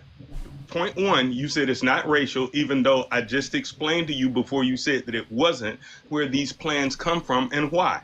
And it's all based in white nationalism. So for you to pretend that that's not racism, you can do that so that you feel better about yourself and feel emotionally satisfied from yourself, but that's not the case. And secondly, everybody who understands how an economy works and understands that the median income of America has risen to about 43 years old, you understand, if you listen to Ronald Reagan, the conservative who gave amnesty, his last speech, the very last speech that he gave was about immigration. And the reason why America is the shining city on the hill is because of that immigration. And when your birth rate lowers, as America's birth rate is lowering, which is why you're doing the anti-AB stuff to force women to have your children because they don't want to have children with you because you're bad people.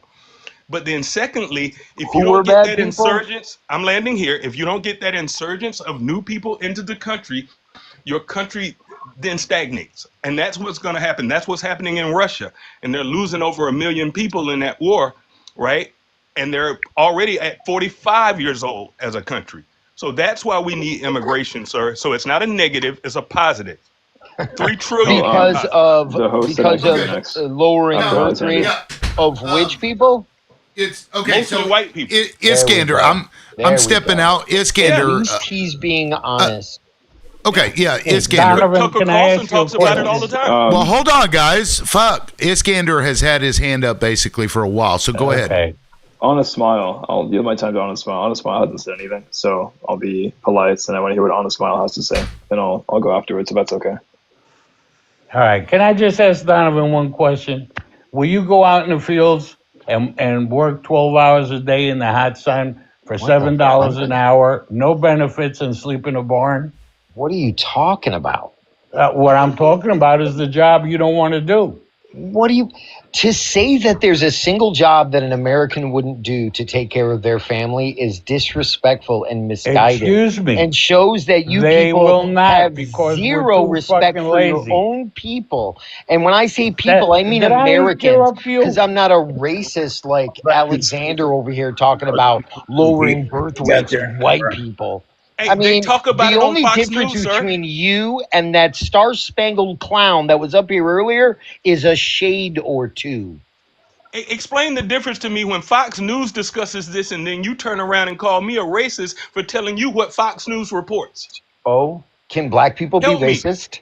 No, help Can me. black Help people me. be Don't racist? pivot. Black people should Don't be pivot. racist. Answer my question. Don't You guys pivot. Answer are my in question. this. You guys are How in the can you tank. attribute the racism to me when it's Fox News discussing white I don't replacement watch theory Fox News, and my the low guy. birth rates of white people? Why, You know what? I how don't do you really, put that I on don't me? really agree with white replacement theory at all. You know why? Because most of the immigrants that are coming over here are taking your jobs, not ours. People in your government does. Okay, Iskander, Okay. you should have just gone. You might Go want ahead. to look up the letter that's Coretta Scott King Let's wrote talk to about Congress in Donovan at this point. 1991. So the thing is, with the Great Replacement theory, it's not really something that you can kind of argue against in good faith, because the reality is, in country after country after country, whenever there's a demographic shift, there's a spread of right-wing extremism. So I'll give you a quick example. My mother's home country of Lebanon. The country was, after 1943, majority Christian. That's the way the French left it. That's the way the French wanted it. But as Palestinians came along, then, because most of them are Muslim or atheist, the demographics began to shift. So then the Phalangists, as they named themselves after the Spanish Phalange, if you know about their history, you know about their collaboration with the H-Man and anyway, all that terrible stuff. So that's how they modeled their political party. With weapons from Israel, they then turned their guns on the Palestinians and started a civil war in an attempt to, quote-unquote, save Lebanon from becoming Lebanon-stan. Or if you look at India today, Hindus are becoming less and less of a percentage of the population because Islam continues to be the fastest growing religion in India. So you have people who vote for Narendra Modi hoping that he bombs the piss out of Kashmir. And we can continue. There are plenty more examples I can draw from. So in the United States, it's set to be majority non-white by 2045. with Mexicans being the largest minority demographic, hence why they're being targeted the most. Similarly, Islam is the fastest growing religion in the U.S. Christianity, evangelical Christianity specifically, is declining in its membership. So that's why you're seeing so much right-wing chicanery now, because again, as the old rule applies, there are people who fear the United States not being the United States anymore. So that's exactly why we're seeing what we're seeing now. Maybe you don't acknowledge that, perhaps you don't like to admit it, but I think you might have a fear of Mexicans. Or am I wrong? Bravo, sir. Bravo. Well said. Donovan, I think that was a question to you. I could be wrong. Oh, I don't when know. he asked me why I fear Mexicans, for was having his me question? up. Really? Let Donovan straighten Yeah. the world. Oh, Mexicans constantly terrify me. Donovan, Thanks. can I say goodbye Okay. tonight? Now, on a smile. I mean, on a smile. a lot of what he said is not wrong, but to end it like that is just, it's such a silly fashion. That's just, that's am I wrong? hilarious. So concentrate on the first part and leave that part out. Pretend he didn't say that part. I'm not disagreeing with any of the things that he's saying about the influence that Israel has in had in Lebanon or That's has not even today. my point. That's not my point. The My point point is is what he said. the demographic shift. Focus on that. The demographic shift. That Okay. that always prompts a turn towards right-wing extremism. They fear that the country is not going to be the country anymore if its demographics shift. And the reason I find that ridiculous in this context is because Republicans, for example, tend to hate abortion. They say they're against gay rights and the whole trans athletes women sports thing. They're against banning prayer in schools. And I guess have what? no Having grown problem up with in this the type of Central Valley, immigration or let me finish. What demographic I'm shift, saying- especially because most of these Okay, if I people may coming from finish, South America and Mexicans, Latin America that you're generally complaining speaking, about and are Latin Americans Catholics. in general tend to Donovan, be let him super finish, please. conservative. I did let him Like, finish. No, I they're very heard him. I heard him. conservative. He's just repeating himself. And yet, he refuses I to see a lot hear of them what I'm being trying targeted whatever. to include the parents of our Yeah, veterans. I mean, he got Why his is that? answer. Y'all heard me. Okay. Yeah, on a smile. Go ahead. Thank you, host. I didn't want to violate stream rules. So I have a very third rail approach to this, and I'm going to double check first if it's okay with you guys. I am not American. I'm Canadian. I do not get a vote in your election, but your election very much affects me. We're I'm sorry. curious- No, I'm just curious if I'm allowed to I'm not. contribute. We are very sorry. We No, are no, embarrassed. Okay, well, I'm- let's let him Go finish. ahead. I was just curious if I'm allowed to contribute what, frankly, is a third rail, because if I may say, as an outsider, a lot of this talk, honest to God, is no disrespect to anyone, is a repetitive knife fight between conservatives and liberals, where similar points are brought up and rebuttals, and they don't seem to address a fundamental issue as I and other outsiders see it. So is it okay if I give you a take? Please. Well, sure. You can speak, can't you? I'm being polite, sir. That's why. No, you're fine, man. It used to be a free country. Go ahead, man. I don't gatekeep because you're outside of the U.S. I like to hear from everybody.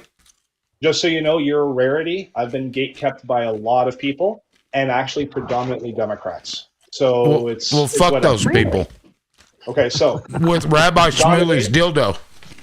Donovan, no disrespect to you. I don't know if you have a global experience, but to the liberals or the anti-Trump people, just so you know, your conservatives in general are weapons grade radioactive compared to every other developed democracy in the world. We do not have the extreme steroided up version of conservatives that you do. So I understand that that can be challenging to deal with. Here's my contentious take to you. All voters, all citizens, whether they voted or not, are responsible for the actions of their government, because the process of democracy has built into it an ownership of the government. And I can elaborate if you'd like me to. No, we get it. Go ahead. Well, they only exist because we give them consent. You sound good. Go ahead. True. So let me then go deeper then. So right now, Trump is probably the most mask-off populist. He's like the worst example, a caricature of a Henry Ford meets Barry Goldwater, the likes of which that we would think is safely confined to the past, but obviously not. There's people who have that. He's a populist, nativist, so on and so forth. He exists because you have allowed your system, everyone has allowed their system to create him as a manifestation of your system. So a couple points I'd like to dress out.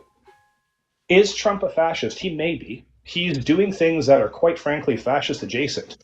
But I would point out, though, that you had, I would argue, a true fascist. His name was George W.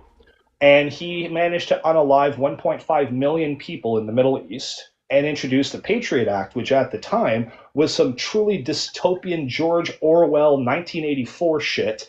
And I don't think anyone who was alive during that time can really argue against it. So there's a presentism bias right now to how obnoxiously bad Trump is. But in an objective record sense, you've had horrifically worse Republican presidents. I think that depends whether the midterm comes through or if he tries to invoke Insurrection Act. If you want to not have this happen in the future, then there is a path to make this work. And I would argue it's the rest of the world that can show you, because there are far better democratic systems than what you have. They're called Westminster, or if you want to maintain a separate executive, it's the hybrid French presidential system. You guys have Article 5 in your constitution. You have the capacity, if you advocated in a coordinated fashion, and liberals and progressives, just as conservatives, are able to coordinate nationwide protests, nationwide advocacy, political lobbying, so on and so forth. You guys could actually reform your government into a fundamental way that would prevent a Trump from realistically ever arising again. Does anyone take contention with that? No. I think we can. 100% right. Not yet. Okay, why do you say not yet? No, he means not yet. We're not disagreeing with you on anything. Correct. Okay, so here's where it gets contentious for the Democrats and the liberals, okay? The Democrats and the liberals, from the outside, I live 40 minutes away from the border. I'm in Niagara, okay? I'm not sure if you're aware that your president and members of your government have openly made naked statements regarding forceful annexation, aka rolling in like Iraq, into my country. Yep. And a certain German made jokes or comments about Lebensraum before tanks rolled through Czechoslovakia. Sorry? No, I said Poland, but you meant Czech, the first one. No, I was talking about Lebensraum for Czechoslovakia, but you're right. Poland eventually set it all off, and the Anschluss and things like that. So there's a possibility, because I have no idea what your guy's going to do, that it may end up being that I become a Viet Cong up here, because we all know realistically power asymmetries. What is your solution for after 20? I'm going to assume it's not hyperbolic. He leaves government, or he leaves the shadow realm naturally, and that you guys are going to have, say, a Democratic president in 2028, President Cory Booker, President AOC, whoever. Gavin Newsom. No, Gavin Newsom. Fuck Gavin Newsom. Some people get very offended by me That's your mentioning next Gavin president. Newsom. No, fuck him. Okay, so anyway, here's the thing. Do you guys think that any of the fundamental reforms or anything will change? No. No. I do. No. I think what the Democrats are going to win, because he's done such a horrible job and has pissed so many people off left, right, and center, that there will be a big blue wave in this upcoming November. And when we get a Democrat president, I think there's a groundswell to blow up the filibuster. The reason why we don't get anything done in this country is because Democrats are pansies, and they've decided that 60-vote threshold that they came up with as a rule is the law. And it's not the law.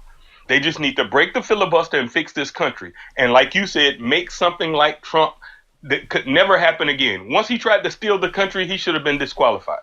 You're right. Yeah, except that should have been disqualified. Except that the Democrats they're part of the corporate elite also. Yes. So unless we get an outsider, actual progressive that doesn't exist in this fucking DNC rat fest that we see in this country, if Newsom, as an example, if he gets in there, they're going to kick the can down the road. We're going to see this again in 4 to 8 years. And they're not, because the bottom line is they're not going to give up power. People in power don't give up power.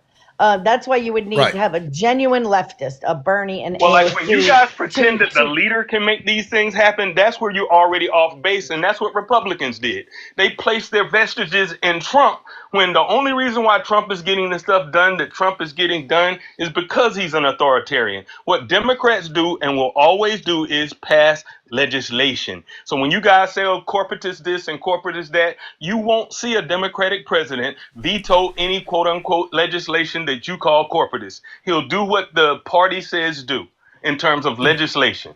And so that's why I said the big blue wave is important. And for us to break the filibuster is important because we're not going to have 60 votes. No, President will sign whatever we put the on problem with that, though, is that what's going to happen is the establishment Democrats are going to know that you're going to be so wanting to get rid of this shit that is called Donald Trump that you will vote blue no matter who. And so what they'll do is gatekeep all of the non-corporate Democrats. They'll gatekeep them out. And so the only choice that you'll have throughout the entire congressional races are going to be these fucking corporate Democrats. And if by chance a Mamdani gets in there in one of them, they will turn on them and the DNC will fuck them over somehow, some way. And that's what they'll do. We have to get away from that because if we don't, we're fucked in 8 years. That's why what we have to do is, and as people who are leftists, not corporate Democrats, is I have made it clear to my friends because that matters, and I've made it clear to anybody that is going to run as a Democrat. I've sent them emails. Vote blue no matter who is over. We don't do that. That got us nowhere. We got nowhere fast. I don't vote for anyone who takes AIPAC money. You take money for AIPAC, I don't vote for you. Okay, so Nadine, sorry, I apologize. Can I jump in for 1 second? I agree with what you're saying. I do want to say one thing to you because I agree with everything you said, except I'm going to say that while George Bush was fascist-ish, Donald Trump, I believe, is way more fascist than George Bush. You are right. And to respond to that very quickly, I understand the point because Trump's tyranny is very internally focused. American citizens are encountering something that, quite frankly, was from a fever dream or nightmare. However, if you equate that people outside of the U.S., their lives are 1-to-1 ratio of worth to Americans, then it's really hard to match a war criminal unprosecuted who will never be prosecuted for a minimum. I'm lowballing 1.5 million unalived in the Middle East and never face justice. No one in that whole thing. Your point is valid. Your point is valid, and you're right. It's an internal thing versus an external thing, and we're an unempathetic country when it comes to that. That's true. You're right. No, you're 100% right about that too. So here's my push to you guys then, okay? And I would honestly want to ask Donovan because I know Republicans are very strongly in their opinions about America, which is fine. You'd have to obviously in an Article 5, because you guys have never actually done it. You've done amendments, but not a constitutional convention. Canada and various other countries have gone through multiple of these. Okay, they're big deals, but they're not catastrophic because we don't feel that our Constitution was carried down on the back of a unicorn by Moses, and it's made by humans. So I will point one thing out to you. You need to bring conservatives in, and I think the argument would be for those who maybe are not aware of how Westminster or any other things work, is that we have a minority rule. So our Mark Carney guy that everybody's praising at Davos, I voted for him, liberal, so on and so forth. He actually has a minority government. If he's not able to pass legislation, which is like no different than, say, getting a bill defeated in Congress, the government falls and we go right back to the polls. And so if you are a minority government, because the actual mechanism exists, bipartisanship is not some virtue. It becomes a necessity to survive. And here's an interesting fact. Since Truman losing to Eisenhower, including your midterms, you guys have had 39 elections. Canada's had 24, half of them minority.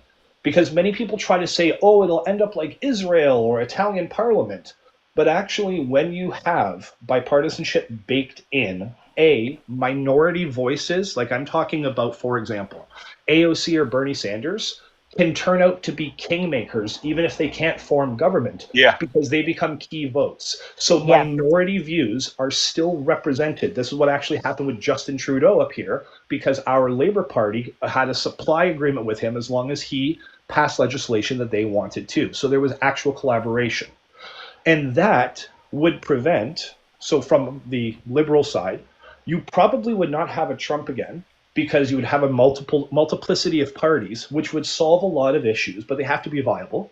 And for the Conservatives, because for them, Obama was a nightmare, was a devil, Biden was too, you can say you won't have another Obama or Biden unless the people who have more than two choices, which is, twice as good as China, if they choose in a plurality, 40, 50% to put Democrats in, I'd say that is a massive mandate versus a binary where someone wins 51-49.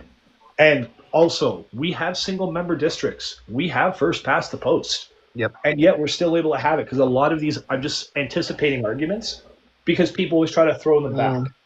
So you mentioned earlier they that's don't a want really our country to fascinating- be that. Let's be clear. They do not want that. The whole concept of conservatism, they don't believe in government to begin with. So the idea that this rabble, these people who work for a living actually have a say in what goes on, they never wanted that. That's not the design of the country. And the Democrats don't want it either because they're making money. Let's not pretend that these people they're making We bank. can't hear what you're saying. You're muffled. Oh, I'm sorry. And then I'd like to hear from Donovan after They you are. finish, They are. Nadine. They are. The Democrats and the Republicans alike in the Congress are making money, and Yeah. they're not going to want to do that. And that's where you get the Bernies and the AOCs and the Jasmine. They're the extreme minority because they represent people, and the rest of them all, Republican and Democrat alike, are representing corporations and lobbyists. Yeah, I don't agree with that, but that's your opinion. You don't agree with Yeah. what? Yeah, I know that's a popular view now that it's all the same. It's all Well, no. corporate. I just asked you a simple question. You don't agree with what? What she just said about the whole corporate Democrat things, and they're just going to do the same thing because they all don't want change. I don't agree with that. Okay. Well, We've in been my doing- entire lifetime, that's been true. But Donovan, go ahead. Exactly. Well, my entire lifetime, it hasn't been true. So we're seeing two different stories. We've been doing the then same you aren't paying thing. attention, sir. I mean, well, Alex, the reason why I am know. paying attention is I don't know how else to say it. differences. I see the distinct differences between what happens when Republicans are in power and when Democrats are in power. Now, I said earlier, the reason why we don't get more done is because it requires 60 votes of 60 mostly older white men who are conservative who don't want things to change. And that's why I suggested that we break the filibuster. You will have more than 51 votes to get most of what we want done that will alter the country fundamentally. And I agree with that 100%. I don't disagree. I agree with that. with Get you. rid of the filibuster because But that's they not won't. constitutional. They But I won't. will tell you this: Barack Obama, and I love the Hope and Change, and I voted for it, and I was a delegate to his convention. But when it was 2012, the Hope and Change was dead because the reason we don't have single payer health care when he had both houses of Congress. We don't have single payer health care because the insurance companies and Big Pharma made sure that we didn't. They bought And Joe that is- Lieberman. They bought them a senator. They bought always them a whole they bunch always of do that. They Right. always Similar to what he said. the party of Smile said excuses. earlier. But it And wasn't I don't me. know- It wasn't me. It was the other person. It's No, always it was an Joe excuse. Lieberman. He said no to the public option. He withheld his vote. That's why we got the That's scaled what I'm down saying. version of the ACA that we did get, and he ran with John McCain as his VP the very next cycle. Okay. Yeah, but do you know that the ACA was turned back a lot? Okay, let me hear. I'd like to hear from Donovan. Go ahead, Donovan. Well, I'll be super fast because you said a whole bunch of stuff. I don't disagree with anything that Smile said, and I would even dovetail off that in just a moment. And I don't disagree either about what you said about us. We should have had single payer. We should have had that, which every other Western country has. When Barack Obama got elected, he had a golden opportunity. It was squandered. I will just point out this for Smile with regard to everything he said. You're absolutely right. The worst example of a proto-fascist would be the Bush administration and all the nasty shit that he did, the torture campaigns, the 1.3 million unalives. You're absolutely right. Now go back and realize who those people endorsed in the last election and the absolute immune response that the deep state has had to Donald Trump's presence. Now, I will say 100% Donald Trump is a bombastic, narcissistic, womanizing douchebag. But I am more concerned with having a trail of bodies than having a trail of lies. There you go. Okay, well, Israel actually wanted Donald Trump, so what you said about George Bush isn't true. About the same people that pushed that were, pushed for Kamala. Israel didn't want Kamala. Israel's the one that pushed us into Iraq. This is your panel, obviously, and I don't want to be an outsider or anything like that. So can I just ask, we'll just mention one last thing, because I really appreciate having the chance, because I can't vote for you guys. So this is my quote-unquote activism. Part of the reason what's pushing this is that and you might not be aware of this, is that reports came out in Canada, and I just saw it also done by the Financial Times, that Trump administration officials have met with a fringe separatist party in one of our provinces called Alberta.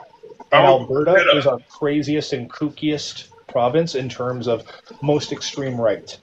That is a potential Donbass situation a la Ukraine and Russia. So this, for us at the very least, is very, very goddamn real. Really real. Okay. I was going to bring that up earlier. Anybody watching CNN? No, I don't. I don't generally watch CNN. I would They're just like to showing say that pages. I am not fighting Canadians, period. They're showing pages that were released from the Epstein files, and they're all black. The whole page. That sounds racist. Everything is redacted. Yeah.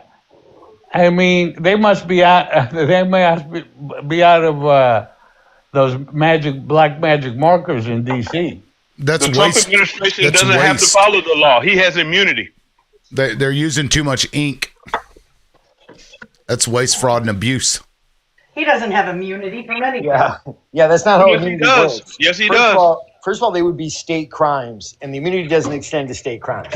No, I mean him breaking the law, not releasing the files. By redacting them, he's breaking the law, at least the spirit of the law. And nothing can happen to him. That's why he doesn't care. Well, he can be impeached for high crimes and misdemeanors. You're aware of that, right? Yeah, but the Republicans aren't going to convict their president. No, they won't. Okay. They won't. As long as the Republicans are in power, that ain't going to happen. Nope. Yeah, we have to get different. We have to get different Democrats in, guys. The ones that we've been voting for aren't working. I like most of the Democrats. I can tell. And the reason why I like most of the Democrats is because I think this narrative is a false narrative. We have to have somebody to blame because we're upset and we're angry, but our system is the problem, not the Democrats. When you have a system that requires 60 votes, it's hard. And you can't, like he said, what was the word he used? He squandered it, is what he said. He didn't squander anything. It's how the rules work. Joe Lieberman was vote 60, and Joe Lieberman got bought off.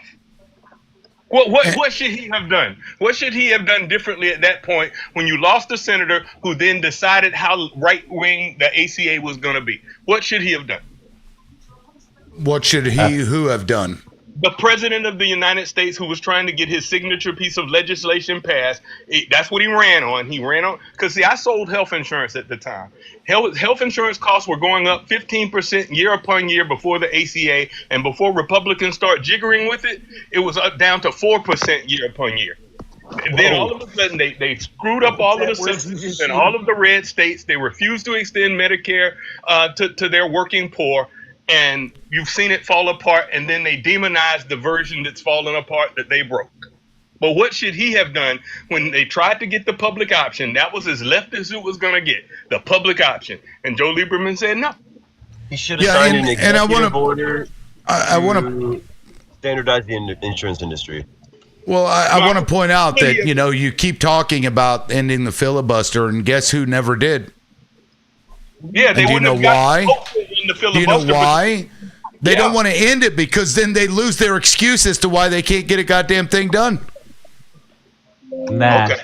It's because when the other team is at bat, yeah, that's what they tell you. They're going to use it. That's what they tell you. I just decided I wanted them to do it, to be frank with you, because I knew how bad it could get if the Republicans ever got control, but then they don't have 60 and they did it anyway. So I'm like, hey, dogs be damned. I have a question. I have a big question, if you don't mind me just asking one question. How many Democratic candidates are encouraging the public to read Whitney Webb's book, One Nation Under Blackmail, or doing a good job of actually... Okay. All right.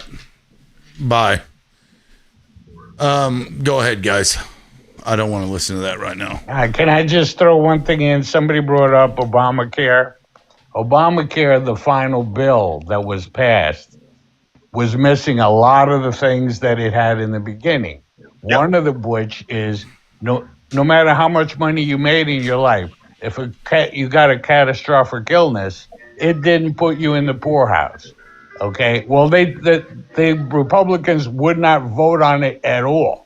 Yep, 0 votes. 0 votes until they took that out of it. And I ended up spending between $10,000 and $14,000 a year for my mother to stay in a nursing home for 17 years. Okay. Oh, we can fix our healthcare system. And you're right. It's all corporate bought and paid for. And that's why we couldn't get the public option, because that would eliminate a lot of the for-profit motive, because everybody would go to the public option who can't afford the private industry healthcare. And guess who gets funded by those industries? Yeah, but the senators and Congress people. In both parties.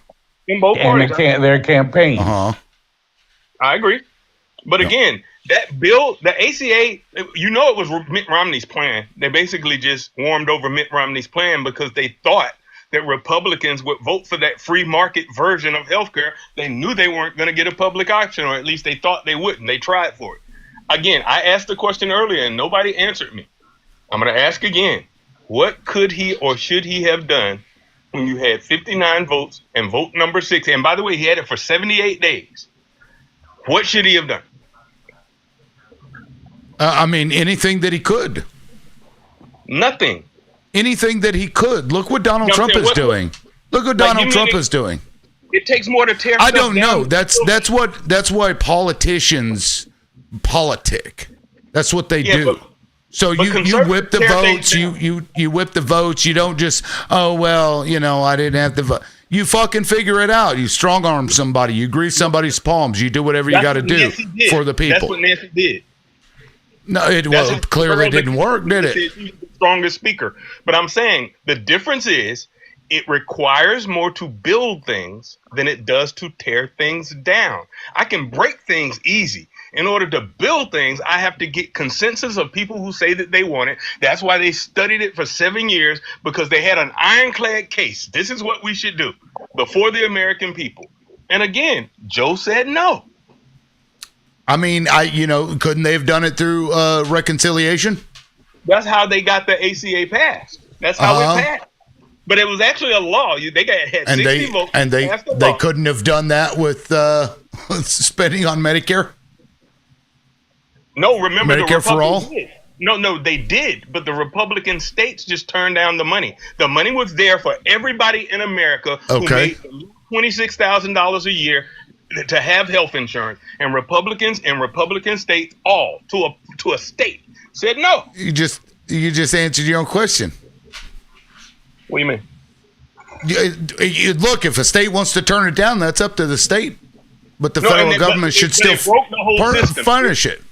It broke the whole system when they turned down the money, because again, the reason why the price. No, we're talking about Medicare for all. Okay. The budget reconciliation requires 51 votes. No, you can't do Medicare for all with 51 votes. You can't? Are you sure? Yeah. Is that not funding? It's what I did for a living. I studied this while it was going on. Is that not? Okay, and did they try? Yes. And what happened? No, here's what I'm saying. The closest thing that they had here's how the American healthcare system works. The majority of people on the healthcare system right now who spend the most money are above 65 years old. They're all socialists to a man, right? John McCain, who was running against it, was a socialist. Then you got that group of people who work, whose insurance is attached to their job. The reason why their insurance is attached to their job is so they have control. Because if you ever used to lose your health insurance, right, you couldn't get it back, and pre-existing conditions wasn't a thing. So if anything was wrong with you, you were screwed. So you better be nice on your job. And then the final group of people are the people below the poverty level who get subsidies from the federal government, and most of their stuff is still fine until Trump became president and he cut a lot of it. No, the public option, I'm pretty sure, could have been passed through budget reconciliation. No. Now, forcing the pre-existing condition that they could have done that in a separate bill. No, that was in the ACA plus a 17%. Right, they could have pulled that out if that would keep them from doing budget reconciliation. They didn't try. If you know something procedurally about this that I'm unaware of, maybe so, but I know this. You had people trying to get that done, and the public option was what everybody wanted. Because that would have been the closest thing to Medicare for all as you could have gotten through that Congress. If Congress funds it, it can be done. If you fund the public option, it can be done. You mean this funnel of money? I know what you're saying. You're saying basically take money from someplace else and put it in that. Right. Do you add it to the budget, whatever it is, or you take it, add it to the fucking debt, do whatever you got to do, fund the public option. Yeah, I don't even know that. I think you can do. I'm pretty sure that you can do that through reconciliation because it's just a funding mechanism. The way reconciliation works is what Trump did recently with the big beautiful bill, right? He basically took $1.8 trillion out of everybody's stuff, the programs that they use, and gave it in the form of tax cuts to rich people. So they refused $350 billion to keep ACA alive for the next 10 years. But they approved an additional $10 trillion in tax cuts for the wealthy and the corporations. Yep. That's what they did. And that's what I'm saying. That's easier than creating a program out of whole cloth. Well, I mean, look, you create it how you need to create it. And that's the thing. You got to get creative. If you don't have 60 votes, if you've got Joseph Lieberman's dumbass there. I lived through all this, man. Me too. Like I said, that's what I did for a living at the time.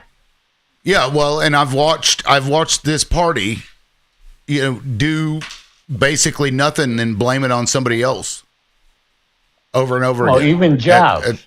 At some point you've got, you got Bill Clinton talking about fucking super predators and the omnibus crime bill. Fucking everybody over, sending our jobs overseas.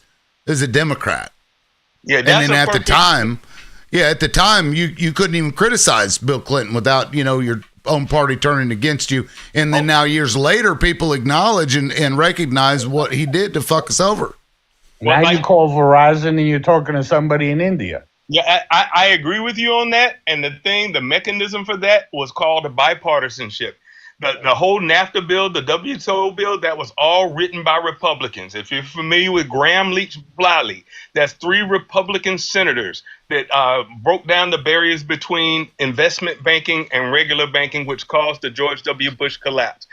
The fact that every student in America can't dispel his student loan debt. The only debt on the planet Earth that you can't dispel is because in that big bill, omnibus that he passed, somebody slipped that into the law and Bill Clinton signed it. But remember, that was a Republican House and a Republican Senate, and we were calling for bipartisanship. Why don't we all just get along? And look where it got us. I'm with you. I don't even believe in that bipartisanship. Hey, Tim, can you look up, because I remember that Nancy Pelosi was violently opposed to the ACA and worked against it in the House? Or am I making that up in my mind? It wouldn't have passed if she...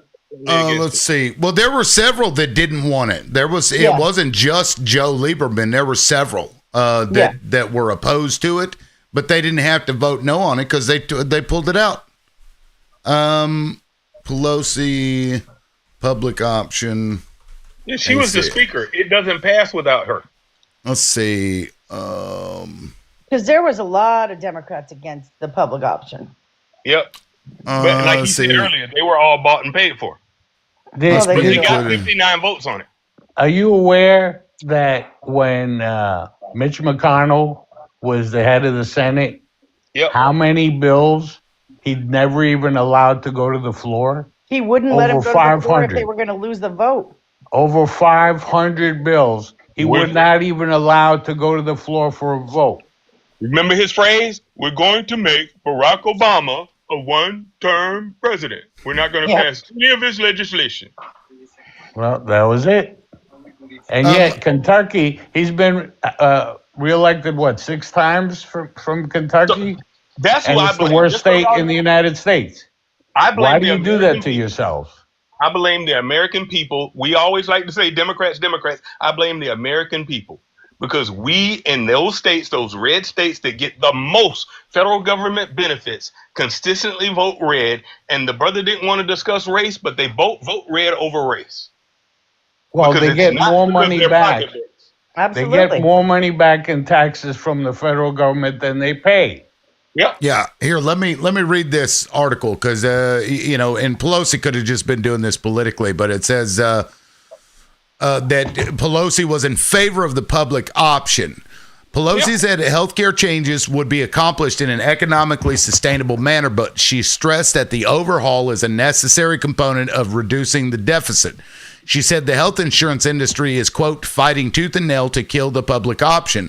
Pelosi's hopes for a public option appeared to be at odds with fellow Democrat Steny Hoyer of Maryland. Hoyer said Tuesday that he thinks the House will pass an overhaul this year, but he stopped short of saying he thinks a government-administered plan will be in the bill. Hoyer said he personally wants a public option, but a bill that reaches most of Obama's objectives without it could win House approval. Obama has waffled on whether the bill must include a government-run plan to help meet his goal of expanding coverage to most of the 46 million uninsured Americans. So even Obama didn't even make a big stink about it. He was like, we got to get something. Because, the main thing from that... Why do you think he didn't? If you remember those times, you say you lived through it. Why do you think it was that he didn't make like you say, a big push for it? What do you think that was? He was afraid of Republicans being butthurt that he was a black man in the White House. I guarantee you that's why he pulled a lot of his shit back and didn't do what he should have done. And that's also why he went after immigrants so fucking hard to the point where Democrats were out there in the streets protesting his dumb ass. Yep. This is I why think that's why. Yeah, this is why I say he did it, because this is why he said he did it. In terms of the crackdown on the quote-unquote illegal immigrants, if you recall, George W. Bush had been the last Republican president to win the popular vote of the people. He ran on comprehensive immigration reform. 40 million Latinos marched in the streets for him.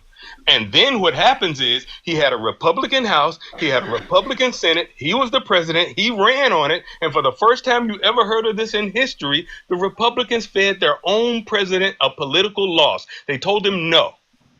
Then he, of course, had the Iraq War, and then Barack Obama got elected, and he ran on comprehensive immigration reform. Republicans said, we're not going to do anything with it unless you get, and he made an agreement to get out people who had been here within 2 years, who had criminal records. He would deport them in exchange for comprehensive immigration reform, DACA, and the Dreamers. And when he began the deportations, they then ran ads in the Latino community, Barack Obama, deporter-in-chief, Barack Obama, deporter-in-chief. And then they said no to the legislation that they said that they would do. Yeah.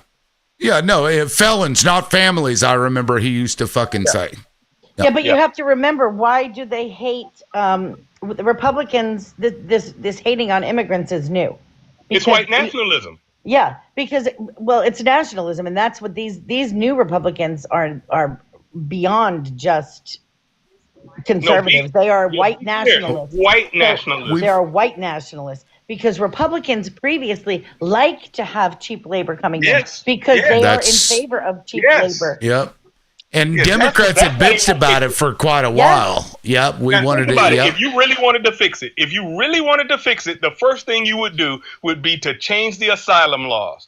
The reason why they never wanted to fix it is because they had three things to run on: the AB issue, tax cuts to rich people, and immigration. The two stuff they won on AB, right? The dog caught the car, right? And then tax cuts to rich people. Nobody agrees with that anymore. So what was the last one?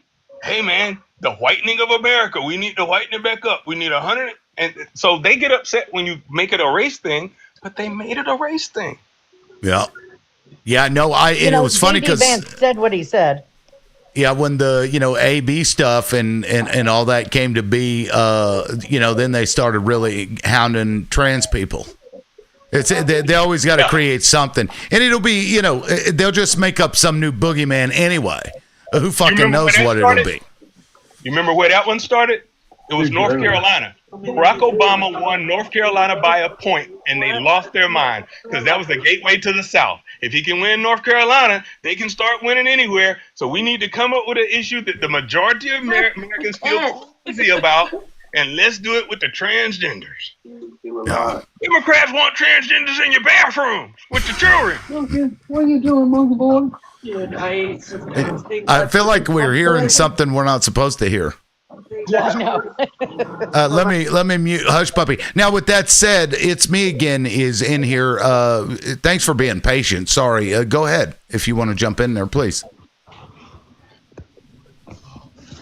It's you again. Well, either way, guys, it's late. I've been almost 4 hours. Again, this is my second 4-hour show, basically. I'm going to go ahead and wrap it up. I appreciate you guys coming in. I don't normally do night lives, but the whole thing with Don Lemon, I think somebody cloned his voice and put it in that video, but I guess we'll see. Anyway, thank you all so much for being here. I appreciate it. Raucous debate. Thanks a lot, man. And Nadine, good to see you as always. Yeah, I'll talk to you later. All right, we'll see y'all later. Bye. Peace.